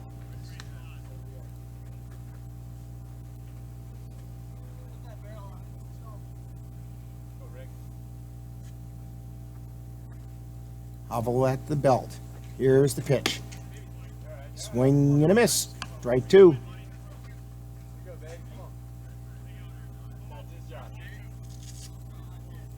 One and 2 to Jalen Williams.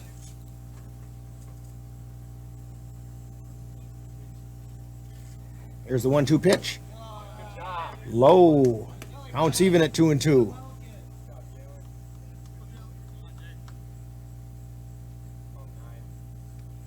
Pogo takes his lead off a third. And the pitch. Inside, ball 3. Count is full.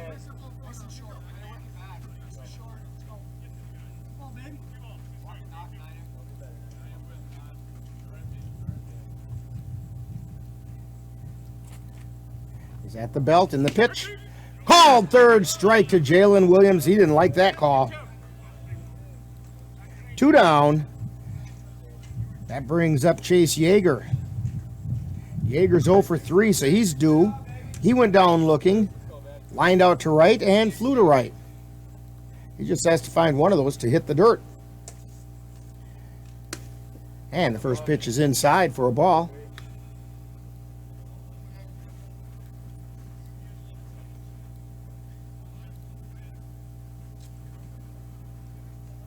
Dan's busily checking the weather. And a called strike. Belt high.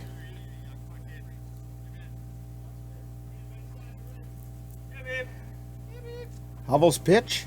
In the dirt. Ball 2.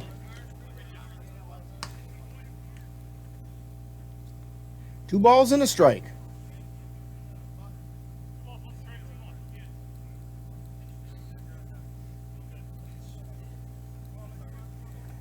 Hubble winds and fires. That's outside. It was a good block that time by Peeler. Because that had eyes about, or thoughts about getting back to the backstop, which could have brought Pogo in. Here's the pitch. High pop-up into right field. Drifting over is Marley, and he makes the catch. And the Cavs threaten, but don't get anything. No runs, no hits, no errors, and 1 left. We've played 6.5, and it's Wolves 4, Cavaliers 3. You're tuned to Cavalier Baseball on the Northern Light Webcasting Network and NLWN-TV. Tune into NLWN-TV on Monday, August 2nd as we bring you another exciting equestrian event. An NBA NVHA local district show hosted by the Red Cedar Riders in Chautauqua, Wisconsin. This event will be recorded on August 1st. Our coverage on the 2nd begins at 7 p.m. NLWN-TV is your home for equestrian events in Wisconsin and Minnesota. And we're back here. In fact, Dan, you were just talking about kind of looking forward to that equestrian event that's coming up we're going to have next Monday. Yeah, I actually announced that probably 3 years ago. Okay. And you say it's a big arena? It's a big arena. There'll be longer times. Because they stretch the course out? Yep. Yeah. At least in the barrel racing, it'll be longer. The poles are pretty much the same time. Right. Yep. But, yeah, it's kind of good for those horses to get out and stretch their legs a little that'll bit. be some fun times. So we now have Gabe O'Brien on the mound.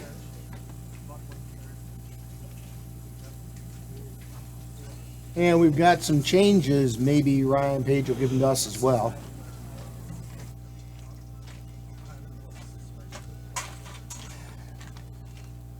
Timon and Pogo have switched. So O'Brien came in to pitch. Tyler Herman went to right. So we run the DH. Greg Button went in for Google at third. And Timon and Pogo just switched. Okay, so Greg Button replaced Kendra Ngulo.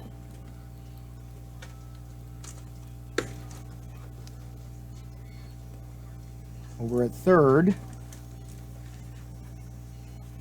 And Tyler Herman is now no longer the DH. He is the right fielder.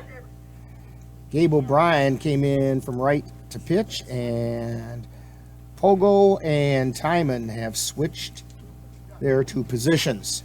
Pogo now behind the plate. Gabe O'Brien fires the first one in for a strike.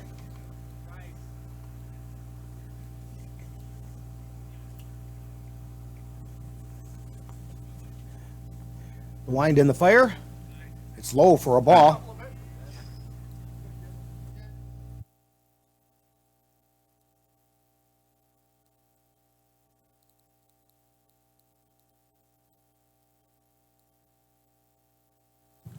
Here's the next pitch as he's getting ready.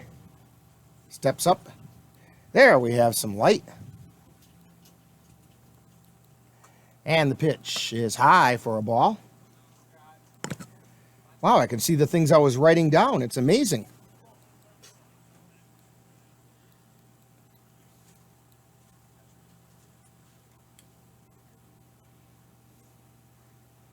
Here's the wind in the fire. Inside.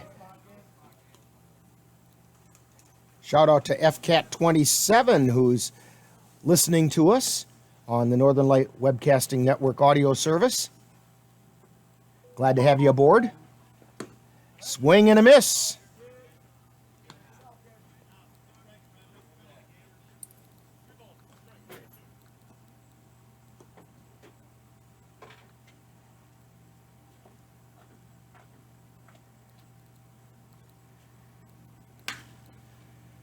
There's a fly ball foul.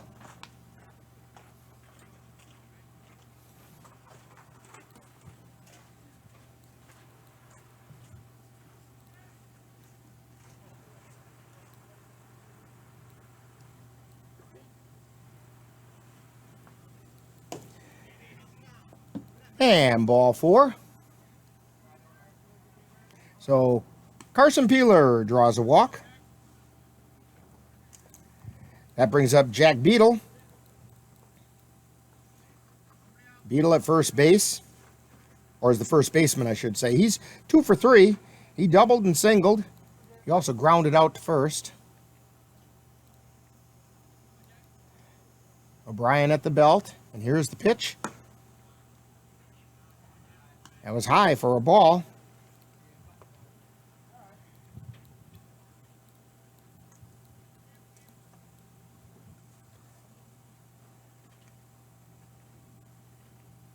Here's the pitch.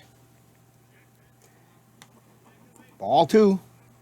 Gabe O'Brien struggling a little to find the plate now.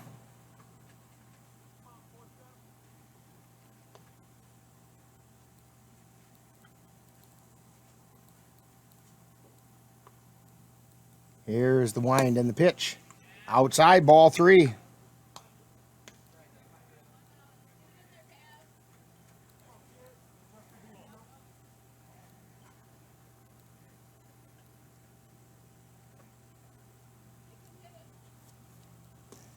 Here's the pitch.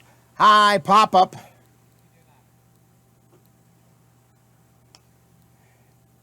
Foul back behind us.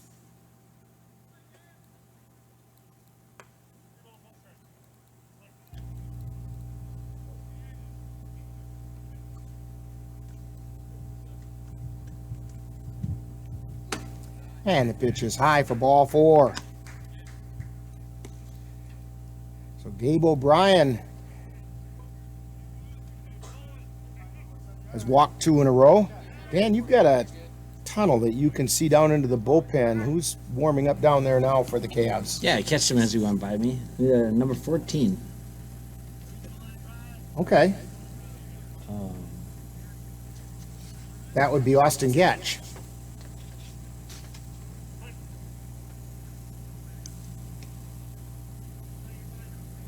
O'Brien at the belt.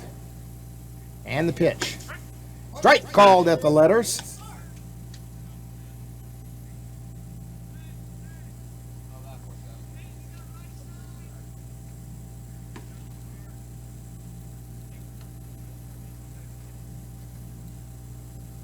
Here's the wind and the fire. In the dirt. Quick throw down to second. It goes out into center field, but nobody's going to advance because Jalen Williams backed it up pretty well.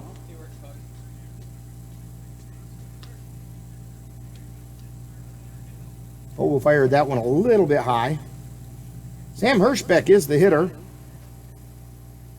He's 1 for 3.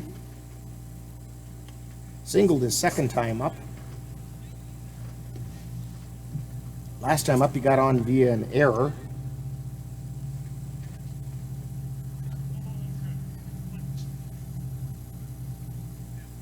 O'Brien at the belt. And the 1-1 pitch. That's high and back to the backstop. And the runners advance. So now we have runners at second and third. Peeler at third, Beetle at second. Hirschbeck at the plate.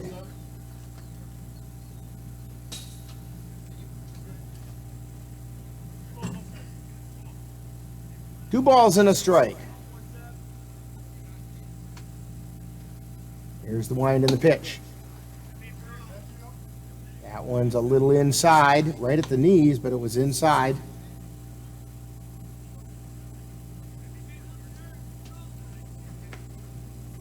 3-1 is the count.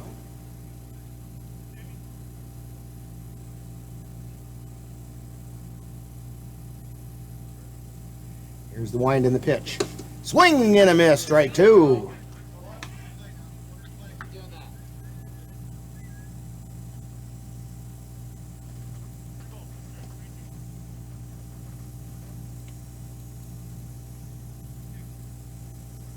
O'Brien at the belt. Here's the pitch. It's high for ball 4. He has walked the bases loaded.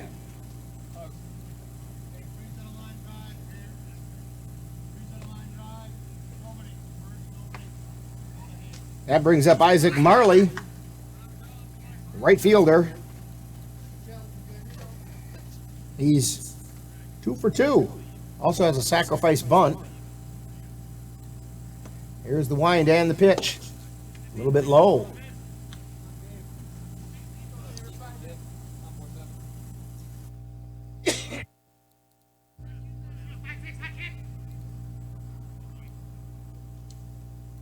The 1-0 pitch. It's high, ball 2.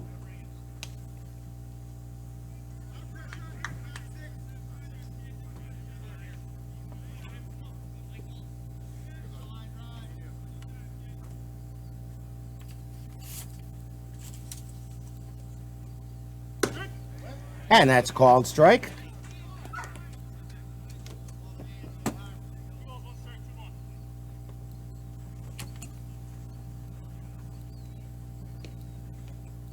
Dan, if you happen to see one of these only blue.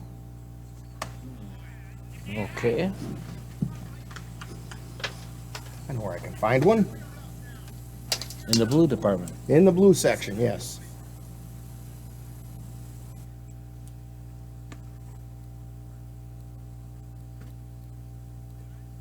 And the pitch is a called strike.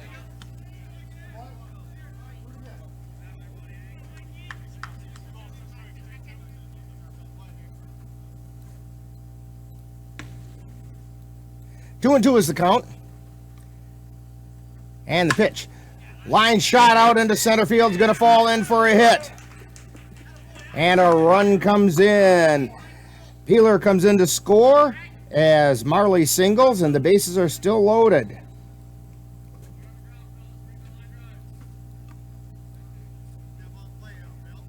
That makes the score 5-3.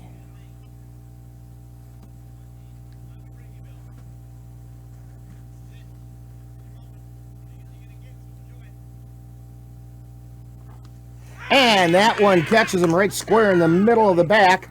And that's also going to drive in a run. And it's 6-3. And out comes Ryan Page.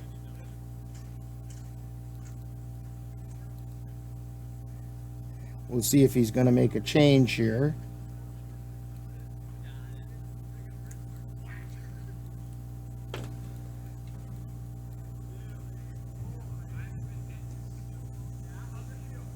Gabe O'Brien struggling on the mound with his control.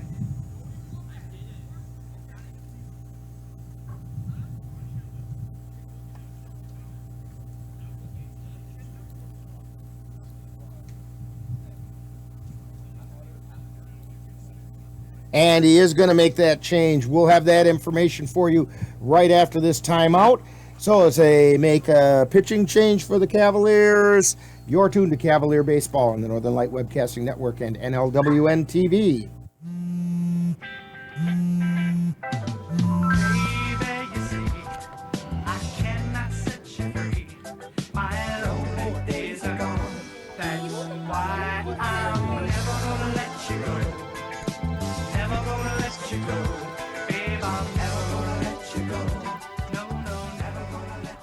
Here you go. Thank you. Thank you.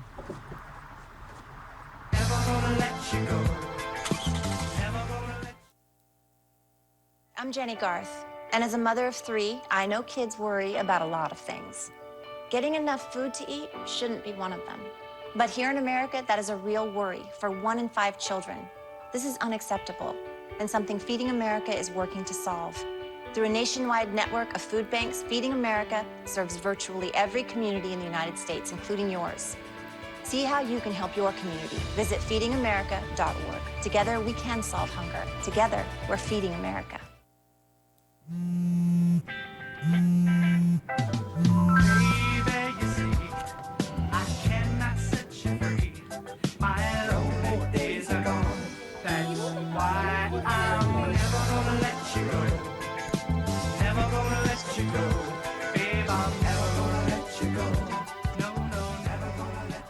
Here you go. Thank you. Thank you.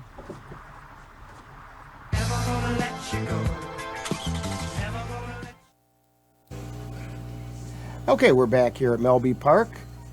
On the mound now for the Cavaliers is Austin Getch. And taking a quick look here, he has had 1 appearance. He pitched an inning and a third, gave up a hit. And he has a 0.00 ERA. First pitch is fouled back. Look out, Cassie. That one's got to be close to you.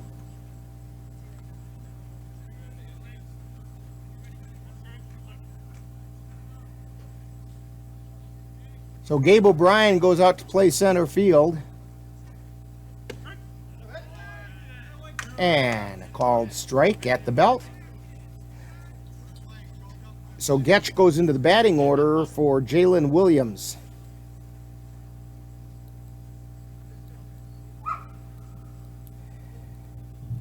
Here's the 0-2 pitch. Pop foul on the left side.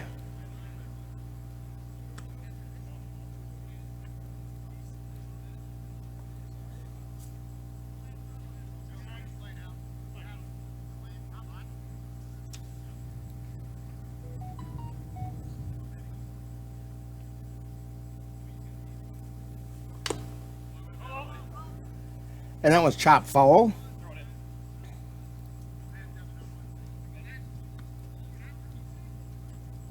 Lance Lettner at the plate. Chopped that one off his own foot.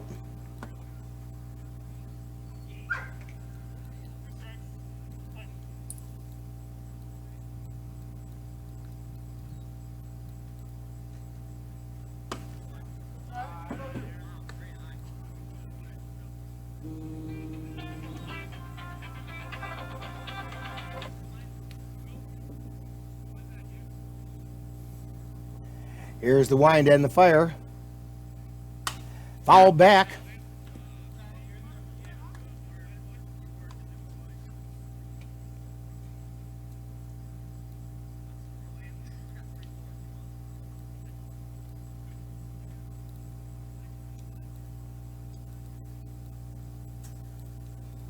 We're in the bottom of the 7th. 6-3, the Whitehall Wolves on top. Here's the wind and the pitch. And a called third strike. As Lance Lettner goes down looking. 1 out. Base is still loaded. 2 runs in. We're in the bottom of the 7th. Here's the pitch. Curveball high.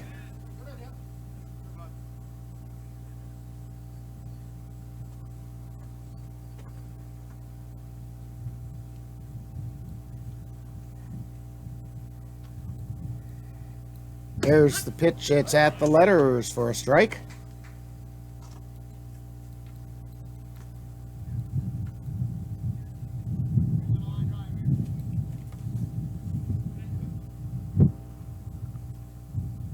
Wind and the fire.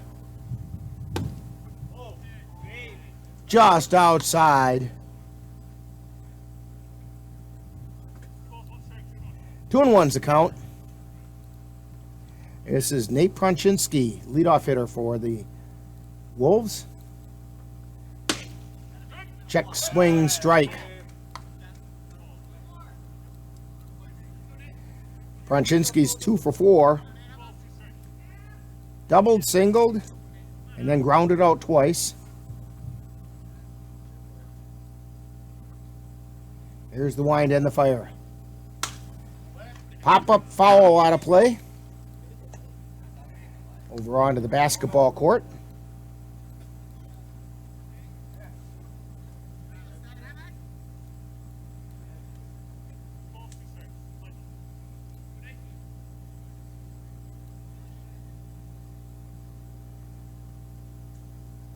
Here's the wind and the pitch.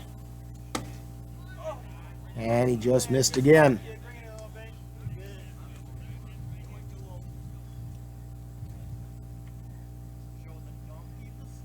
Three balls and a strike.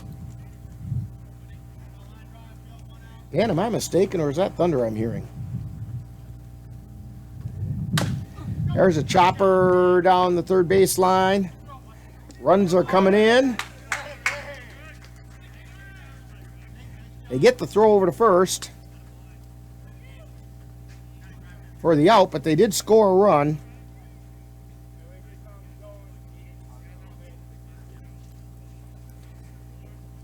So that's going to bring up Scott Hovell.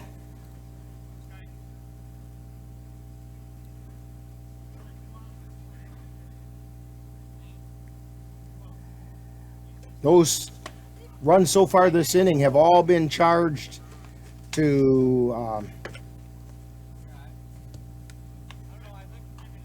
Gabe O'Brien.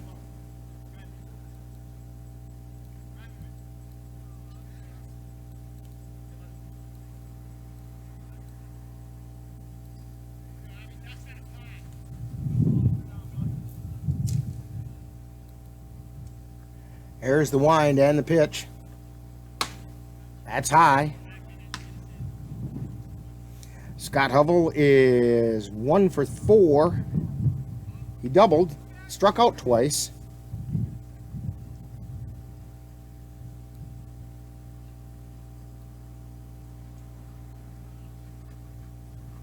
Here's the wind and the pitch. Swing and a miss.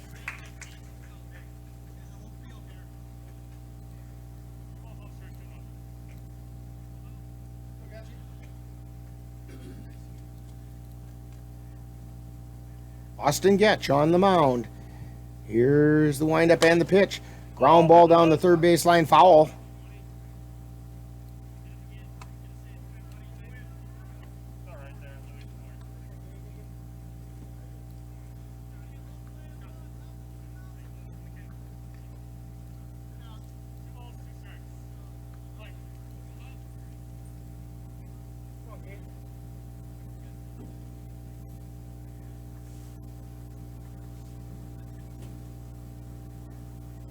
Here's the wind and the pitch. In the dirt. We have runners at second and third. 2 outs.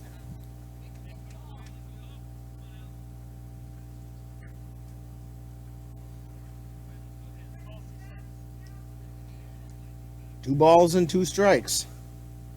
Here's the wind and the pitch. Swing and a foul back. Count holds at 2-2.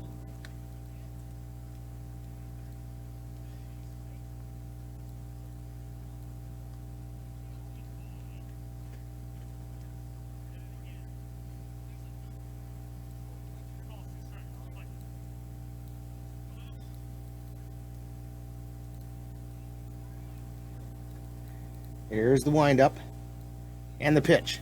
Swing and a miss for strike 3. So Getch comes in and shuts down the side, but the Wolves pick up 3 runs on only 1 hit. There weren't any Cavalier errors, and 2 were left on base. So we have completed 7. And it's the Wolves 6. Check that. The Wolves 7 and the Cavs 3. You're tuned to Cavalier Baseball on the Northern Light Webcasting Network and NLWN-TV. Join us as NLWN-TV and the Northern Light Webcasting Network celebrate 50 years of Cavalier baseball by taking you out to the ball game. On July 31st, the Cavaliers will commemorate their 50th anniversary by taking on the Westmont Red Sox in a single 7-inning game from Carson Park. Live coverage on the Northern Light Webcasting Network audio service and on NLWN-TV begins with the In the Dugout show at 1:10 p.m. That's live Cavaliers baseball on Saturday, July 31st on the Northern Light Webcasting Network and NLWN-TV. And we're back here at Melby Park. Leading off for the Cavaliers in the 8th inning with a little bit of work to do is Greg Button.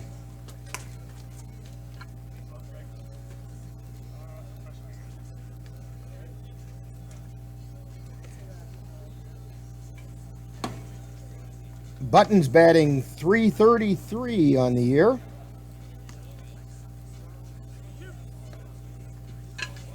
He'll be followed by Cooper Kapanke.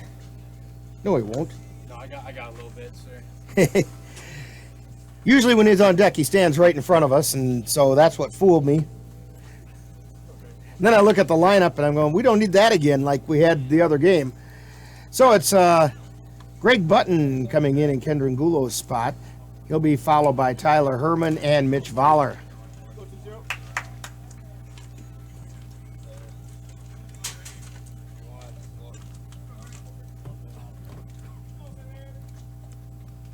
Button playing third base.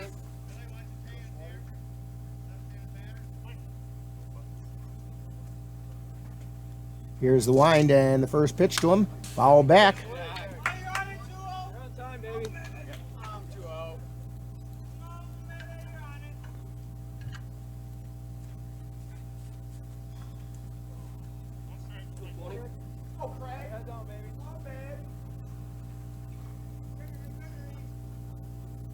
Here's the wind and the pitch. Low and inside for a ball. Counts even at 1-1.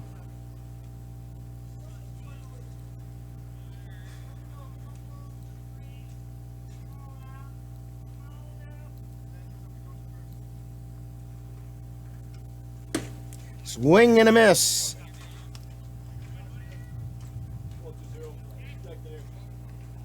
One ball, two strikes to Greg Button.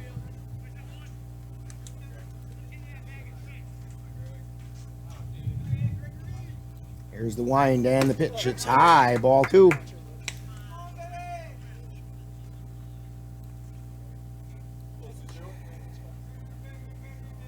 Heading down to the first base coaching box is the newest member of the Cavaliers, Josh Garcia.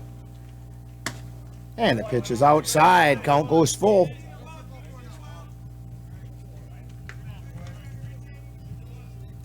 Three and two to Greg Button. Cavs need base runners. Here's the pitch. Swing and foul back.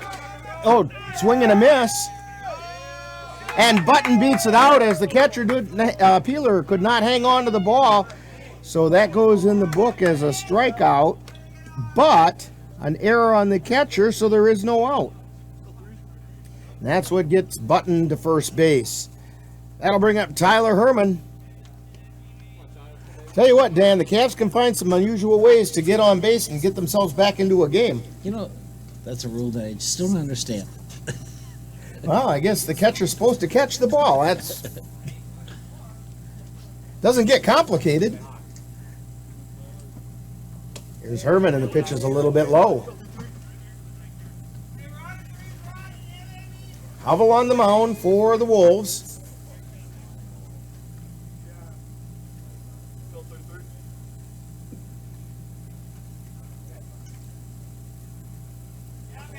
He's at the belt.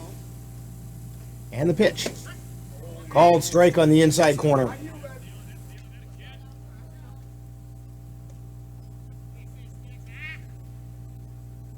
Button takes his lead.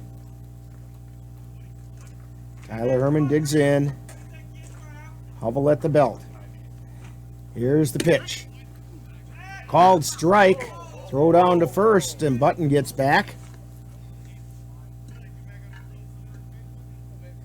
One ball, two strikes to Tyler Herman.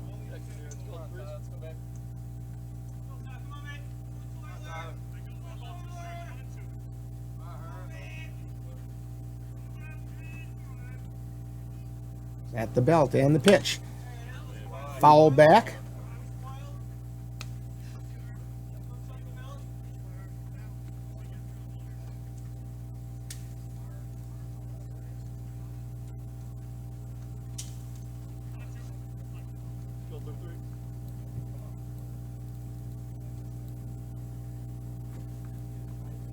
Here's the pitch. It's low.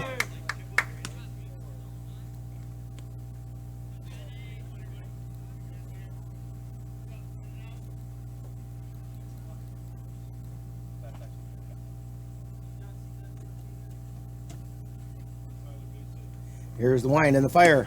Strike three called to Tyler Herman.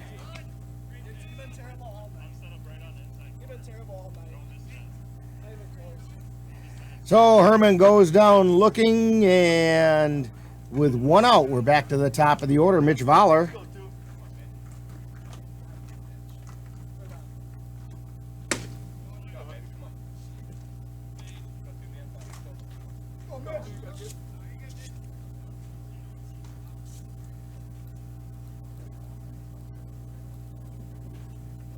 Here's the pitch, swing and a miss.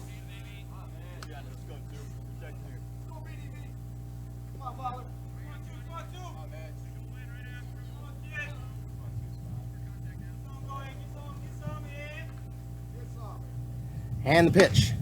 That's high.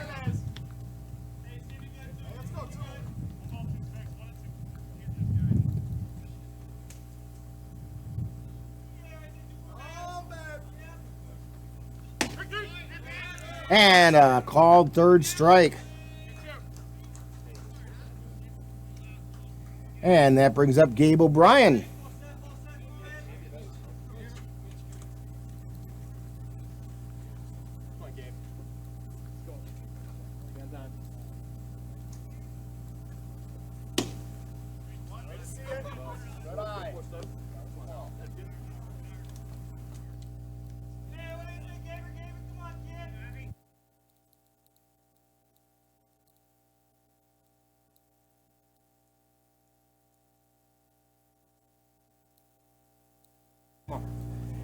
And O'Brien steps back in.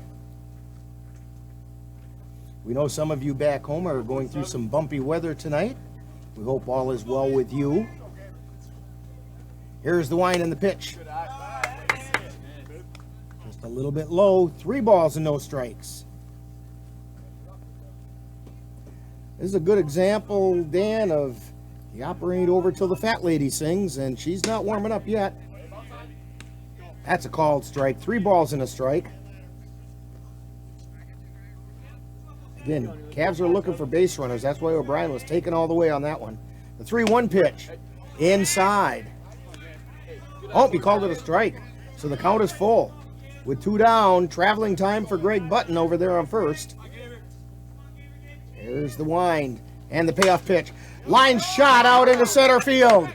Button rounds second, and he's going to hold there. Cavs have 2 runners on. That's the second hit for Gabe O'Brien. Gives him a 2 for 5 night. Brings up Cooper Kapanke.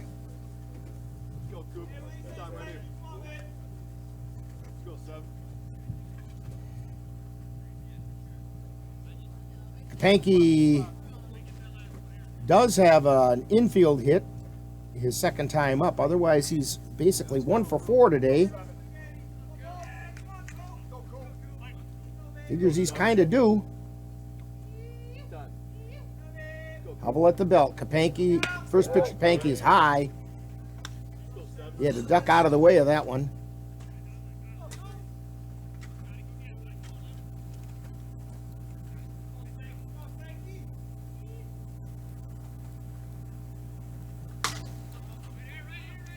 And it's out into left field. And the catch is made. So the Cavs come up with no runs.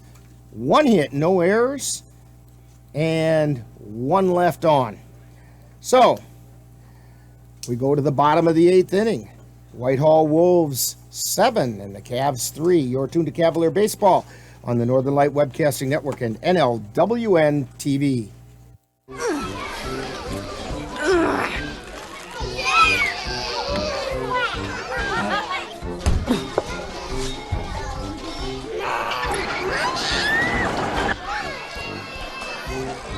If you love them enough to crawl into a play place to get them to come down, then surely you'll check nhtsa.gov/the right seat to make sure they're in the right car seat.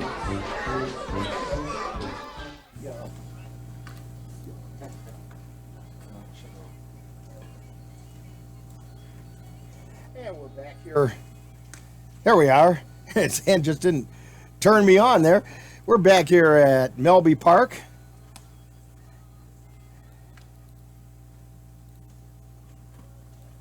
Cavaliers need to hold down the Wolves this inning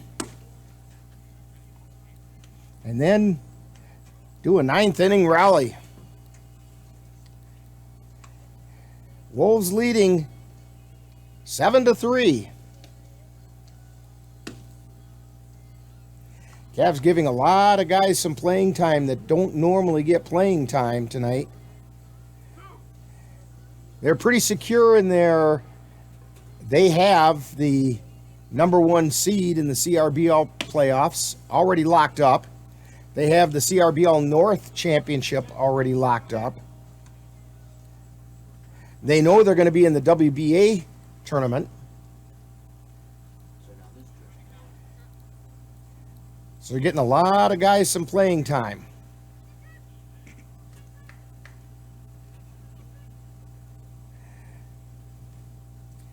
On the mound is Austin Getch, and he winds and fires, and the first pitch is low. Trent Vondrasek is the batter. 1 for 4.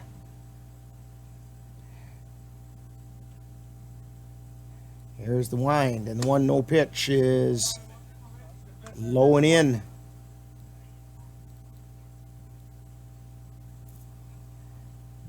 Two balls. No strikes. Austin Getch winding up. And he fires. A fly ball out into center field. O'Brien heads back and makes the catch for the out. That's going to bring up Carson Peeler. Peeler's 0 for 3. 3 strikeouts. You know, in the scorebook, if you know how to keep baseball scoring, that looks like a rather unsavory organization when you see 3 strikeouts in a row like that. And then he walked. Pop foul out of play.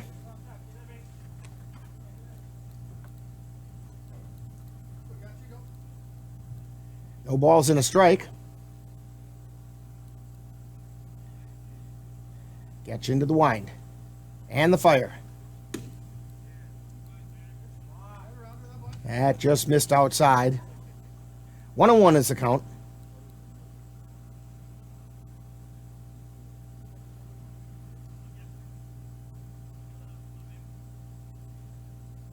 Here's the wind and the pitch. And that got him. Carson Peeler gets hit by a pitch. That's the second hitter in 2 innings for the Whitehall Wolves that have been hit.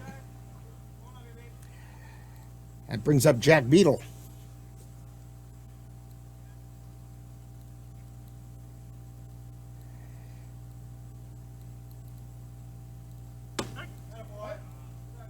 First pitch is a called strike.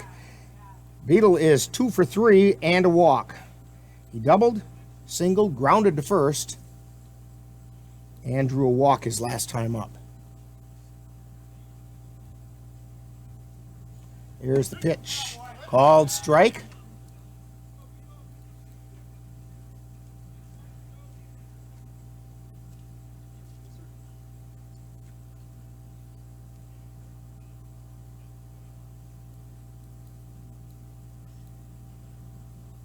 Getch at the belt. And the pitch. Check swing ball.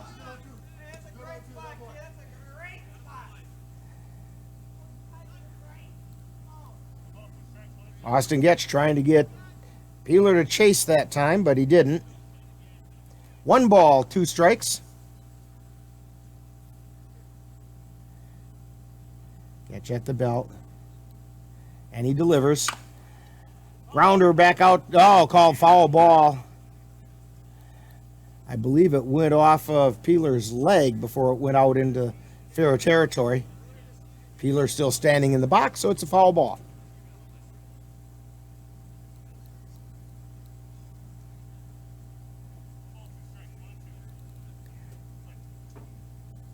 One ball and 2 strikes. Runner at first. That's Carson Peeler. Check out, this is Beadle that just fouled that one off. This pitch is inside. 2 balls, 2 strikes. To Jack Beadle.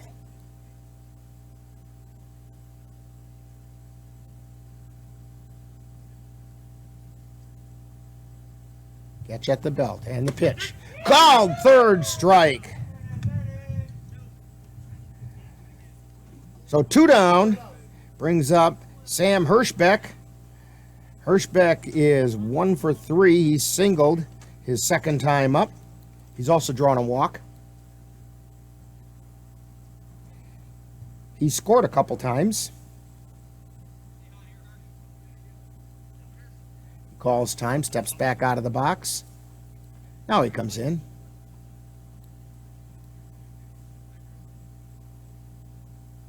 Here's the pitch, foul back to the screen. Strike 1.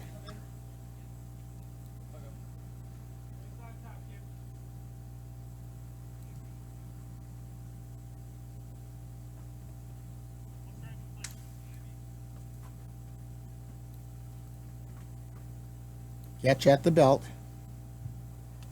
And that one got him. That's the second hitter this inning. Getch is hit. So 2 runners on, both via the hit by pitch route. Peeler over at second. Hirschbeck at first. Brings up Isaac Marley. Marley is 3 for 3 and a sacrifice bunt. Here's the first pitch, swing and a miss. I think he chased ball one that time. That was pretty high.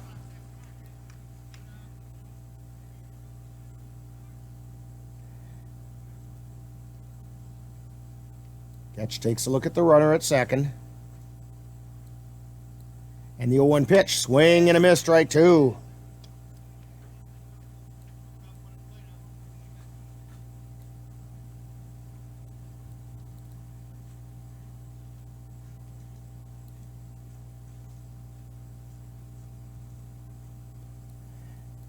And here's the pitch.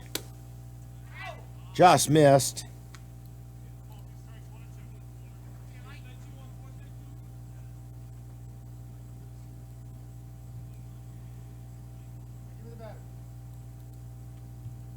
Catch at the belt.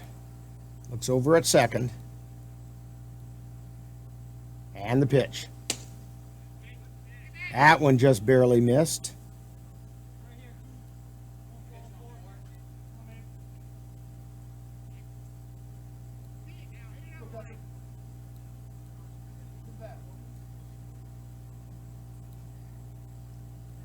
And the pitch is outside. And the count is now full.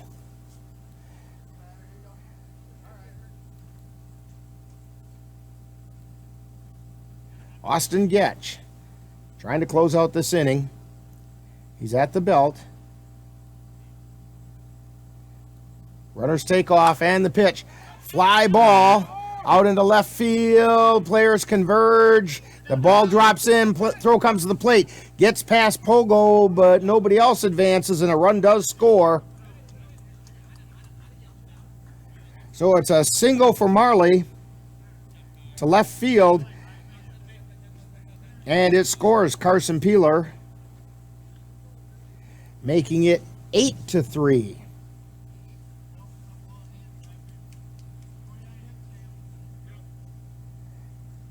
That's going to bring up Bill Breska, who has re-entered the game.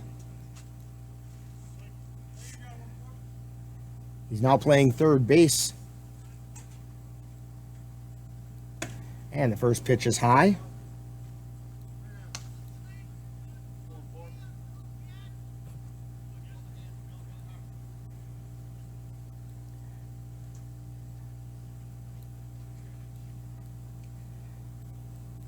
Two down, run in, and the pitch is high.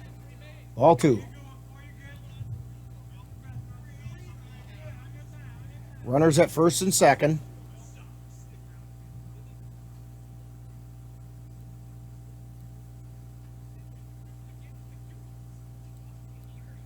And the pitch. That's at the knees for a strike.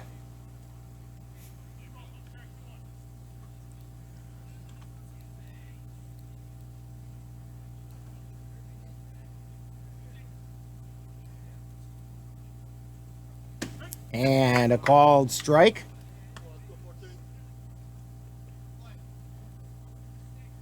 Two and two is the count.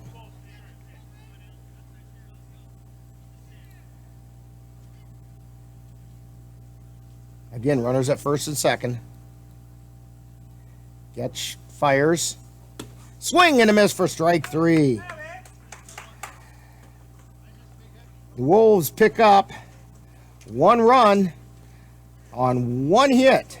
There were no Cavalier errors and two men left on base. So, after 8, it's the Wolves 8 and the Cavs 3. You're tuned to Cavalier Baseball on the Northern Light Webcasting Network and NLWN-TV.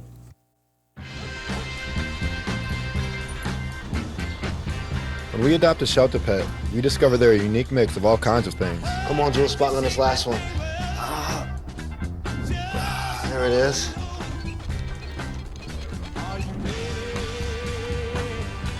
Keep going with it. Leo! They're a little bit of a lot of things, but they're all pure love.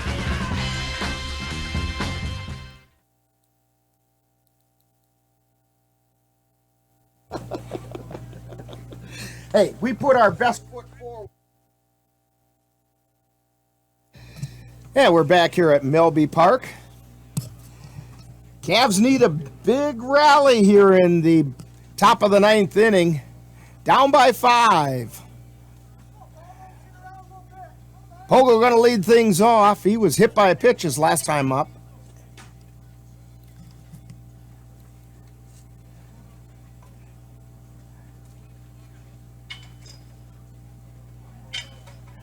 Pogo now the catcher for the Cavs.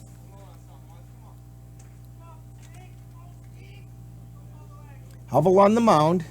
Here's the wind and the pitch. Called strike on the outside corner. Hovell trying to pick up a save here. I believe Alex Madden would probably be in line for the win. Here's the wind and the fire, and that one got Pogo second time in a row. He's been learning from Tyler Herman's what's been happening. And we get a runner on. That brings up Cole Timon. Timon's 0 for 3. Flew out twice, grounded out, and walked.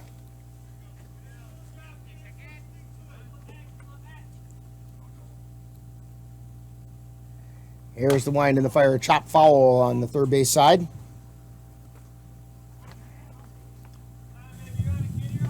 Yeah, just a little update there. There's a little wind up north, but my sister just messaged and said, which she lives in Wyoming, and she says that's just a breeze. Swing and a miss. Yeah, with her, we can't even throw winter jokes at her. Right. Because she gets it too. That's just not fair.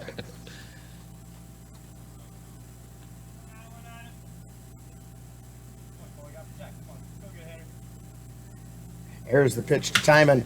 Line shot to second. He bobbles it, flips it over to second, gets the runner there, but there's no chance to get Timon at first. So Pogo gets thrown out at second. Timon gets on a fielder's choice.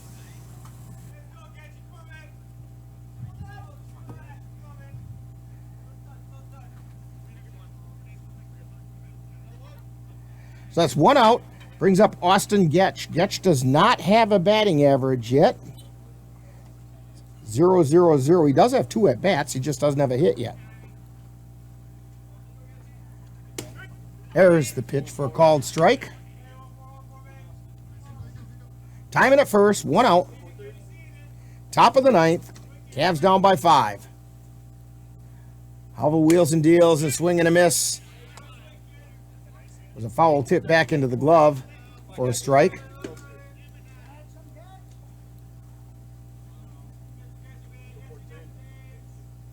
Here's the stretch and the pitch. Ground ball back to Hovell. Throw over to second. They get the force there. They do not get the play at first. So again, another fielder's choice.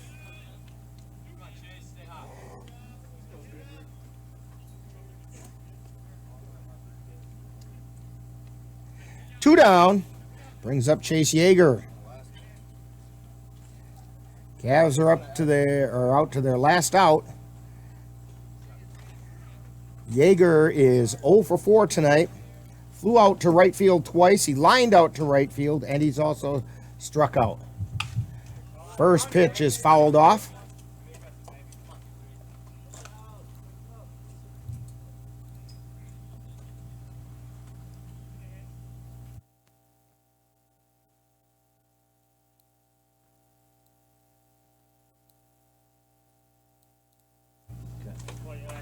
And the pitch is outside.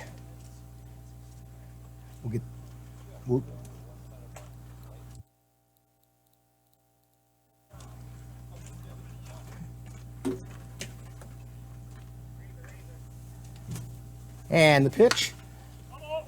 Ground ball foul.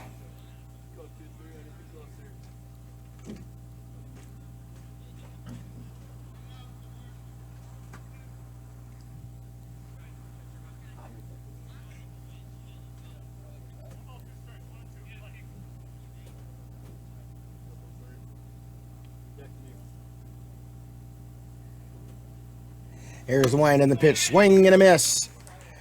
And that'll do it for the Cavaliers tonight.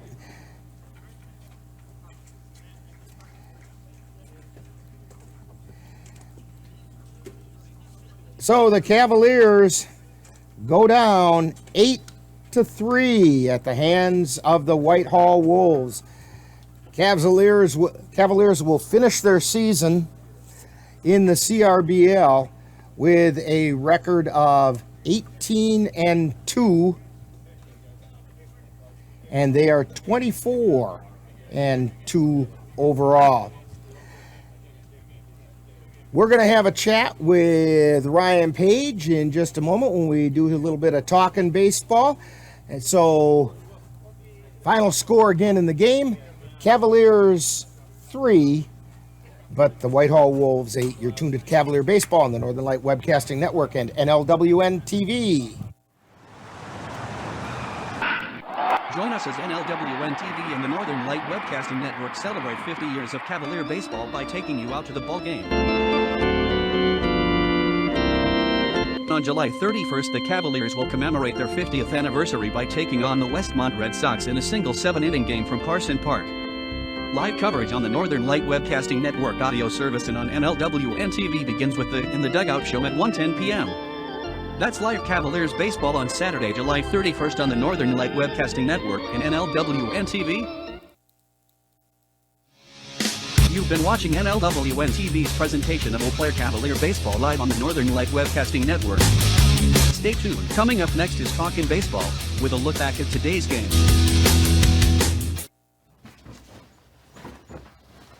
Hey!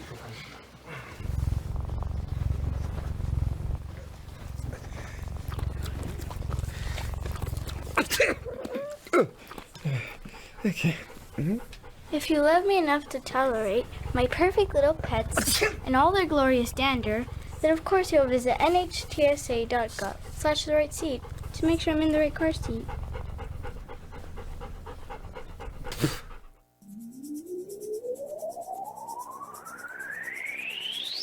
You're tuned to the Northern Light Webcasting Network and NLWN-TV. We use advertising revenue to make this service available to you. If you have a business and would like to get your message out to our ever-increasing audience, give us a call at 715-563-1749. We'll be happy to discuss our budget-friendly advertising packages with you. Get your business noticed on the Northern Light Webcasting Network and NLWN-TV by calling 715-563-1749.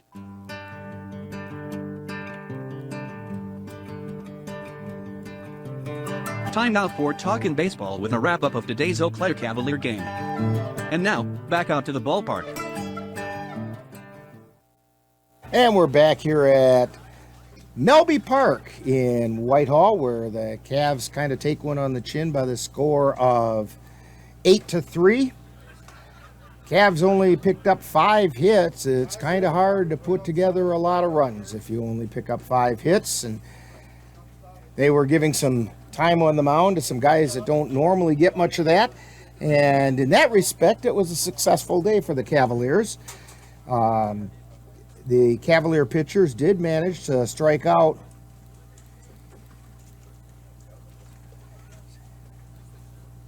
9, maybe 10. And coming up to talk to us now is Ryan Page. And, well, Ryan, 18-2 for 2021 in the CRBL. That's a pretty decent season's work. Yeah, we're definitely happy with that. Getting number 1 seed in the CRBL playoffs is a big thing, and to know that you got an automatic lock now for the WBA is also a good thing. So, we're in the end, we're really happy with it. It wasn't exactly a celebratory send-off for you guys tonight, but you got a lot of guys some playing time that don't normally get a lot of playing time, and that's a good thing because you got the CRBL playoffs, you've got the WBA playoffs. These guys are going to come in really handy. Yeah, definitely. When it comes to playoffs, everybody's got to be ready to go. So that's what today and the Westmont Series is going to be about, to make sure everybody's ready for the playoffs.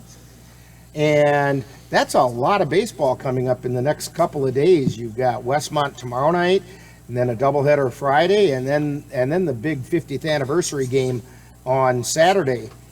Yeah, definitely. We knew it was Going to be a long weekend here for us, but Westmont's always been a good team. They've been coming up for us for over 20 years now. So, when they said that they wanted to come all this way for a 4-game series, I wasn't about to say no.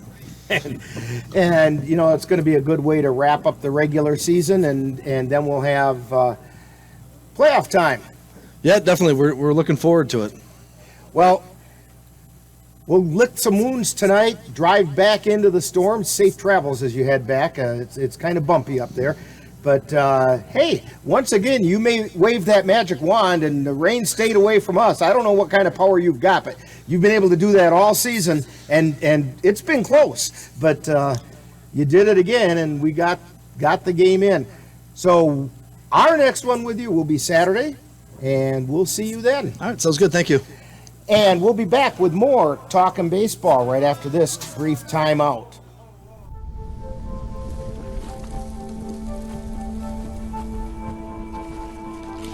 Eva Marie smoked 12,000 packs of cigarettes over 15 years.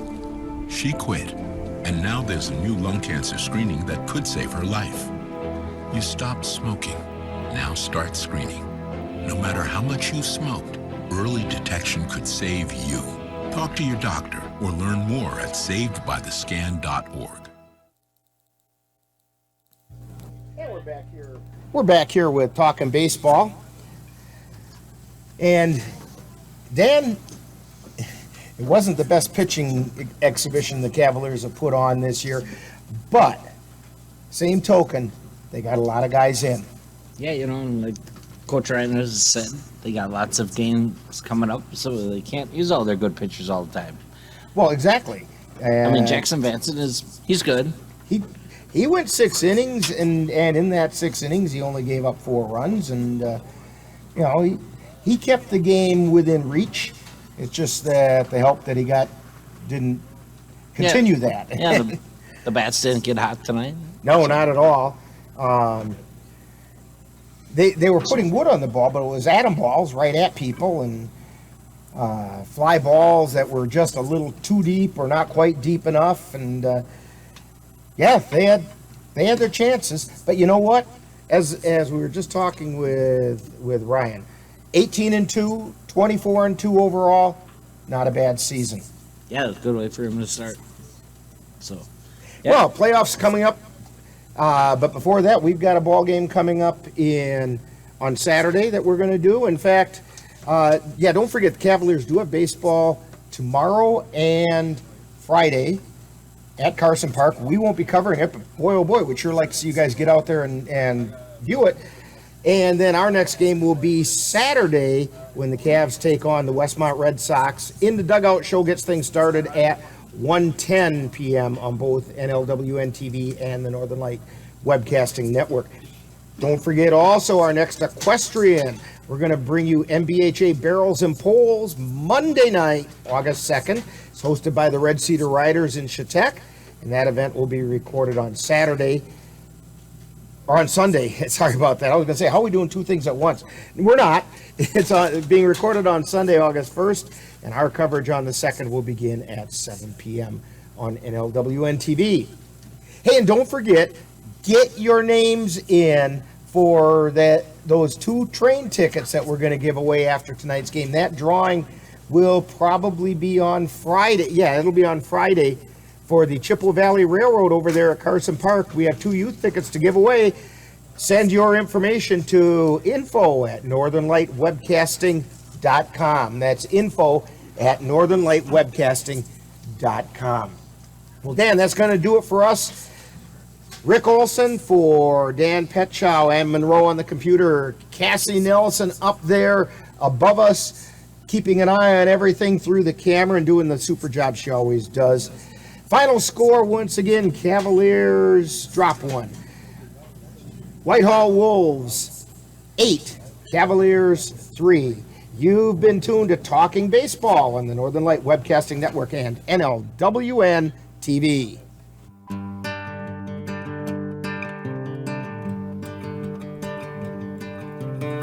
You've been watching Talkin' Baseball, a wrap-up of today's Eau Claire Cavalier game.